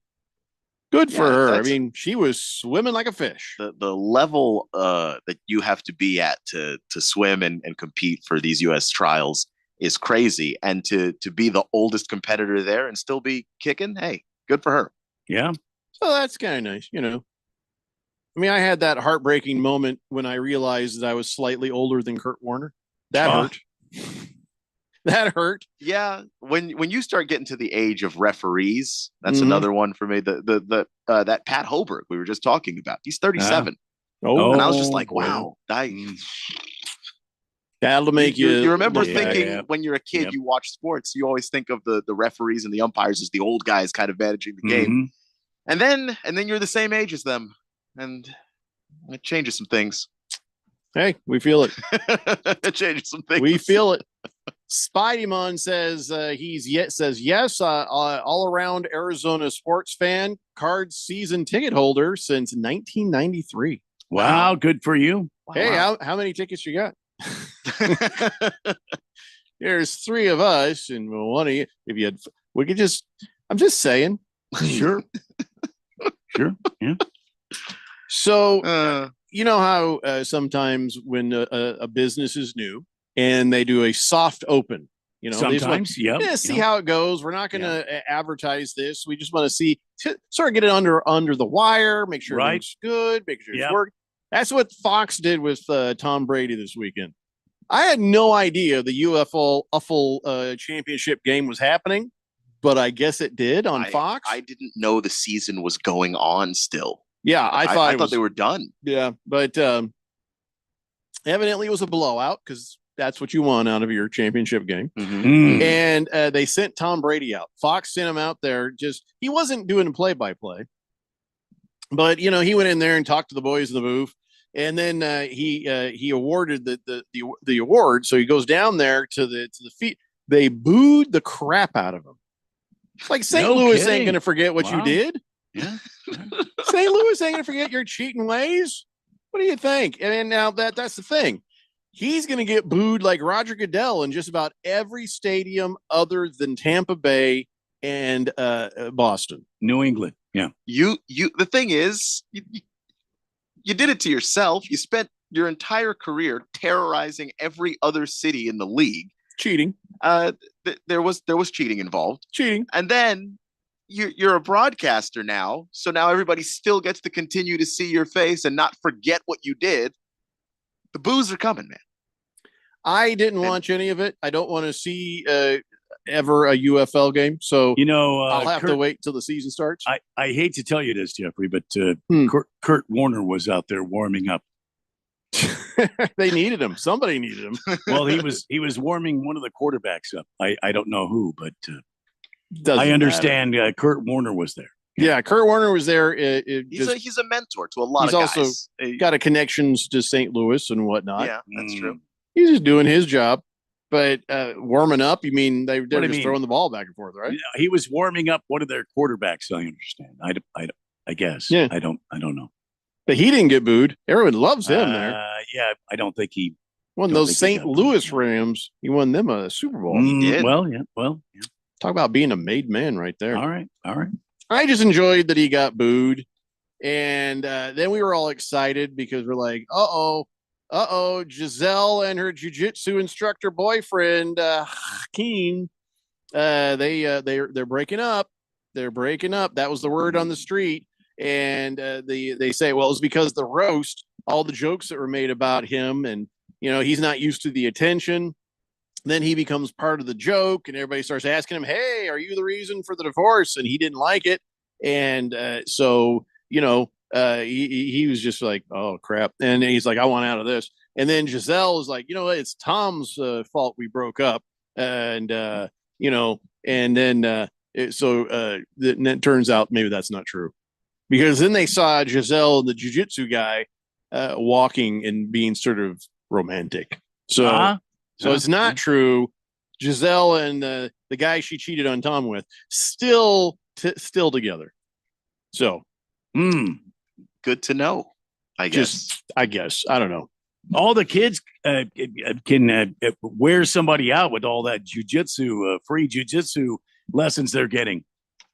So, I don't care about it. I'll be honest. I was never like a fan of Giselle anyway. So it's not like, okay. But Tom Brady is 40, right? 40? He's 40, right? I believe he's going to be 41 soon. He could date an 18-year-old and not be as gross as Bill Belichick dating this cheerleader. Oh, boy. It is Tom Brady official. is 46. Oh, 46. Oh, yeah. He could date an 18-year-old and it wouldn't be as gross as Bill Belichick dating this 24-year-old. He's 71. She is 24. Wow. I'm sorry, but that's not right. That is just not right. I don't know what she's thinking. I know what he's thinking. Well, I don't know what she's thinking. He's got a lot of free time to recover, so. That old man is hot. No, she's thinking that dude's got money. What? How else is this cheerleader hanging around with Bill Belichick? I'll never have to shake my pom-poms again. That's what she's thinking. You're gonna have to shake them for Bill. Jordan Hudson is her name, and here's the thing: she's been with him since she was 21. They met 3 years ago. Oh boy, they've been dating for that long. I don't know. The closer you get to 18, the more I'm like, see, now that's just not a full person yet. Boy. That's still a person that needs Bill. Bill's what, 71 now? 71. So at least he was in his 60s when they started dating. That's not really great. She was just old enough to start drinking when they started. That is, boy, to me, not when not you're great. with when you're with Grandpa Bill. You can drink anytime. I mean, you want to be able to get when in you the same. say it like that, it just sounds somehow more Gross. disgusting than what I See imagined. what I'm saying? Yeah, See what I'm saying? yeah, there? Sadly, I do. Sadly, I do. Bill Belichick. What are you doing later? Well, no, See what I mean? No. 99% of the population say, "Not you." I mean, so I'm sorry, but that ain't love. That ain't. I have a yacht. Would you like to get on my yacht? Oh, sure, she'd love to get on the yacht. I mean, I feel bad saying, but that's a lot of years. That is 50 years. It's like that's a me older. Pardon me like if 2 we're generations worth of in the middle of a conversation. That's my daughter, and I fall asleep. I'm sorry. If my daughter started dating Bill Belichick, I would do everything I could to put an end to that. Are you sure? Here's $100,000, Dad. I would slap the crap out of him with $100,000. You want a new truck? He would wake up with it wadded up in his mouth as the blood was running down his face. That's keep away from my daughter. Now, here's the thing: I never thought I had to say, "Hey, Bill Belichick, stay away from my daughter." My son is 30, so I could have a daughter 24. I got a daughter 16. And you better stay away from her. But if I had a daughter this age, 24, and Bill Belichick came, I'd be like, oh, hell no. I would get in front of every camera on every network and say, hi, I am the father of Jordan Hudson. And let me just say, Bill Belichick is a dirty, dirty old man. And he needs to be stopped. It's disgusting. We're on to Cincinnati. So you're on to my fist in your face and my foot in your ass, Bill Belichick. Would you like to go on my yacht, Jeffrey? There are no attractive women in their 30s, Bill? 40s? There's a lot of hot chicks in their 40s and 50s. He went Say, 21, listen, Jeffrey, Bill? You have one of those banana hammocks you could wear on my yacht. Bill? It's not I would good, pull Bill. his beanie down over his face, and my arm would be tired from punching him. Have no reason to wear a beanie on the yacht there. Spidey says, keep away from my 21-year-old daughter, Grandpa. Dirty old man. Damn straight. Anyways, we're running late. Got to take a break. We'll be back. We've got On This Date in Big Georgia sports history. It's a daily blender here on 1580 The Fanatic. On to Cincinnati. Because you want to hear bacon and eggs on your outdoor griddle, not the scraping of rust. Introducing the Weber Slate rust-resistant griddle. Stays ready, not rusty, with a carbon steel cooktop, pre-seasoned and ready to cook on right out of the box. The Weber Slate heats evenly edge to edge up to 500 degrees. All you'll hear is the gasp of amazement from friends and family when you serve the food. Cooking with the Weber Slate rust-resistant griddle just sounds delicious and tastes even better. Every business faces challenges, but complicated, expensive, and uncertain shipping shouldn't be one of them. With USPS Ground Advantage from the United States Postal Service, you can avoid all the noise. No more unexpected surcharges, hidden fees, or complex rate structures. It's just easy, cost-effective, and dependable shipping. Tune your business's frequency to success and turn shipping to your advantage. Learn how at USPS.com/advantage. USPS Ground Advantage. Simple, affordable, reliable. Do you know about 211 Arizona? It's a free service to connect you with resources anywhere in Arizona. Housing assistance and eviction prevention, transportation and ride services, healthcare benefits, food resources, and even utility bill support. Talk to a live operator in English or Spanish, 24 hours a day, every day of the year. Just dial 211 or visit 211arizona.org. Get connected, get answers, and get the help you need. This message is sponsored by 211 Arizona. Hey everybody, it's Mark Asher back to tell you about my great friends at the Lund Mortgage Team. Did you know that the Lund Mortgage Team was founded back in 1999? That's right, they're celebrating 25 years in existence this year. And you know what you have to do to stay in business that long? You have to be good at what you do. And the Lund Mortgage Team is not just good, they are great. They have helped thousands of people save thousands of dollars over those 25 years here in the Valley of the Sun. They only lend in Arizona. And they're mortgage brokers, which means they can shop your rate around. They're not tied to just one set of rates. Mortgage rates can get crazy. They can get high. They can get low. There's good times to strike and there's times to stay on the sideline. Let the Lund Mortgage Team be your coach, be your team leader when it comes to these huge decisions. Call 623-875-9940. That's 623-875-9940, or you can always check them out at lundmortgage.com. Great website with all the tools you need. Call them today. They're my great friends, and you'll love them. It's the Lund Mortgage Team. Download our free sports app and stay up with all the latest sports news, scores, highlights, and more. Or stream us live anywhere at 1580thefanatic.com. 1580 and 99.3 The Fanatic, Arizona's home for sports.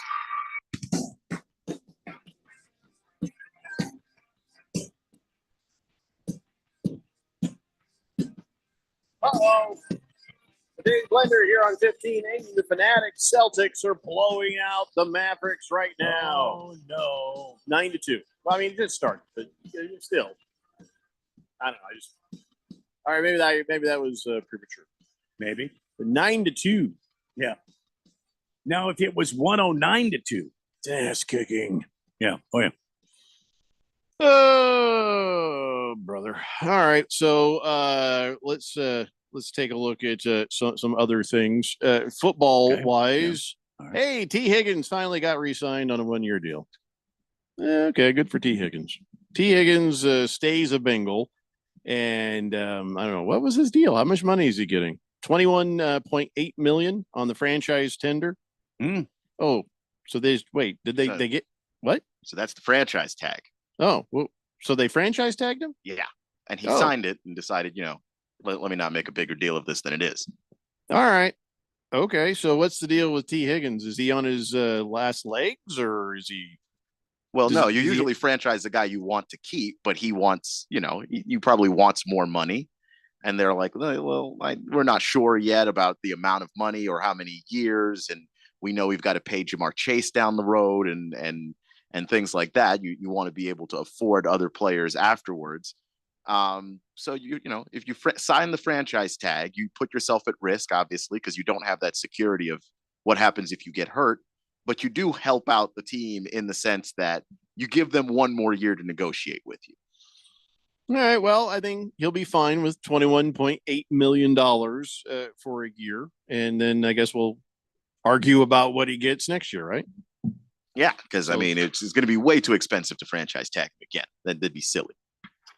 So, there's two things that are going on. First off, this guy, Isaiah Buggs from the Chiefs. What the hell's going on with this guy? Is he falling apart? Somebody needs to go and make sure he's okay, because last month he got charged a pair of misdemeanors on animal cruelty. And then now the other day, he got arrested again, charged with domestic violence burglary.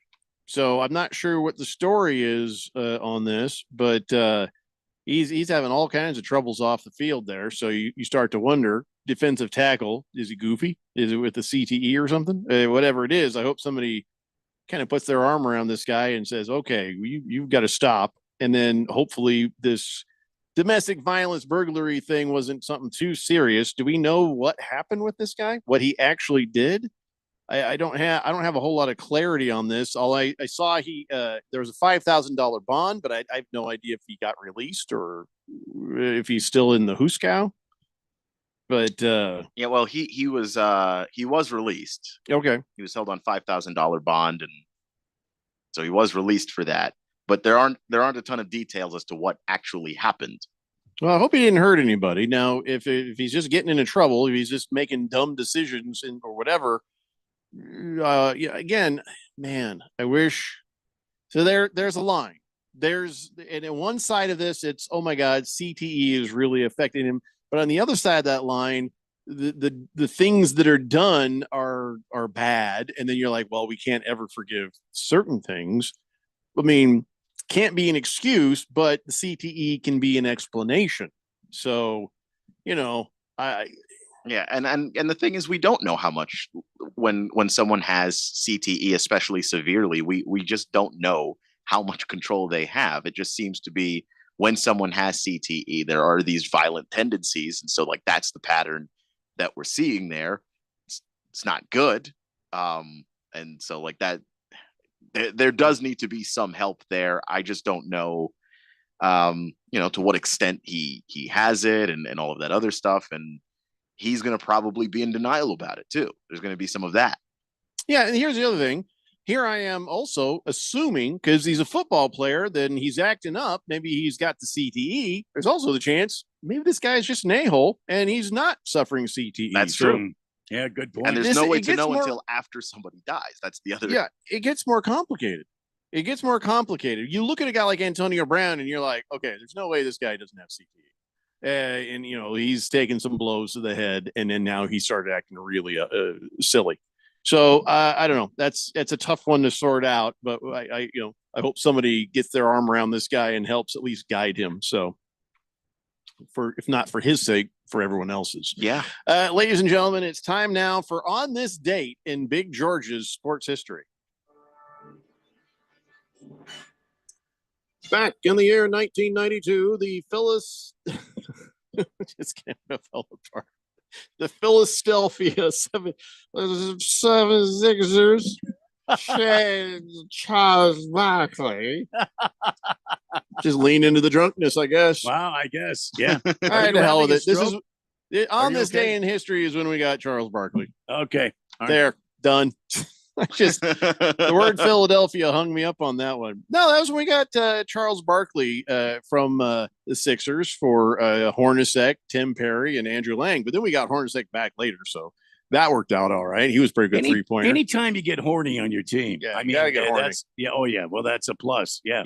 And then because of this trade, Jerry Colangelo got Executive of the Year. Barkley got the MVP. He averaged 25.6 points, 12.2 rebounds, and 5.1 assists per game in that season, his career high. And what did we get? Nothing. We got nothing. We didn't win the championship. It's not their fault. It's not Jerry's fault. It's not Charles' fault. It's Danny Ainge's fault because he didn't put his damn hands up when a guy was starting to shoot a three. I see. At least try, man. But when we got horny back, he went deep all the time. Sure. You always go deep when you're horny. Oh, yeah. But of course, now the Suns set a franchise record 62 wins that season. Yeah. And went to the finals. Yeah. Yeah. Yeah, we did. Mm-hmm. Against the Bulls. Danny Ainge. Oh, yeah. I mean, if he put his hands up and the guy sinks the shot, I'd be like, just one time. Put your hands up. You're a 3-point shooter. You should know how to defend a 3-point shooter. If Don't only we stare had, at it. if only we had Horny right there. Horny would have put his hands up. He would have blocked it. Yeah. Oh yeah. Mm-hmm. Swazman says, Jeffrey, the biggest hit for CTE from ASU, Suggs on Brown from the Steelers. Yes, he's got brain problems. When I played semi-pro football, I had a concussion. I said, who won the game? Yeah, I'm not doubting that Antonio Brown has the CTE, but I don't know this other guy if he has CTE. I can't tell. Yeah, though he is a lineman, so that tends to lead to more contact with your head than any other position on the field. That's what I'm saying. I hope somebody just goes and maybe puts his arm. Yeah, I don't know. Maybe there has to be a thing in football where there's certain situations when you start to see certain behavior, whether it's CTE or guys just goofy. Yeah. Somebody goes over and like, hey, I'm here to help you. Let's work together on making sure that we make good decisions here. Hey, Doug, why don't you come over with me? Let's have a talk. Let's sit on the old bleachers here and we'll just talk about it, Doug. I don't know how that looks, but I feel like we could do more for the public as well as the player if maybe there was a little guidance, maybe not abusing the dog. Yeah, absolutely. Maybe not doing whatever the hell it is you're doing, stalking or going crazy. I don't know. I mean, you can't live people's lives for them, but when you play a gladiator sport for our enjoyment, I just don't like to throw the baby out with the bathwater. Yeah, I think we have a responsibility to these guys. If this is the sport we're going to enjoy and we want them to be men and go out and play it, there's the other side of that comes with a little bit of knowledge that what they're doing is dangerous and it may actually alter their personalities, which we've seen. Right. So, and that's tough because you got to be held responsible, but there are circumstances involved, and there's context, and there's this, and there's that. So that's a tough one. That is always a tough one. We're not going to solve it now because we're done. Tomorrow, we'll be back in your radios at 3 p.m. We got tons of football to talk about tomorrow, if nothing else, because we just can't ever seem to get around to it. But football season's coming, so we're going to talk more, I'm sure. Have a good night, everybody. It's the Daily Blender here on 1580 The Fanatic. Every business faces challenges, but complicated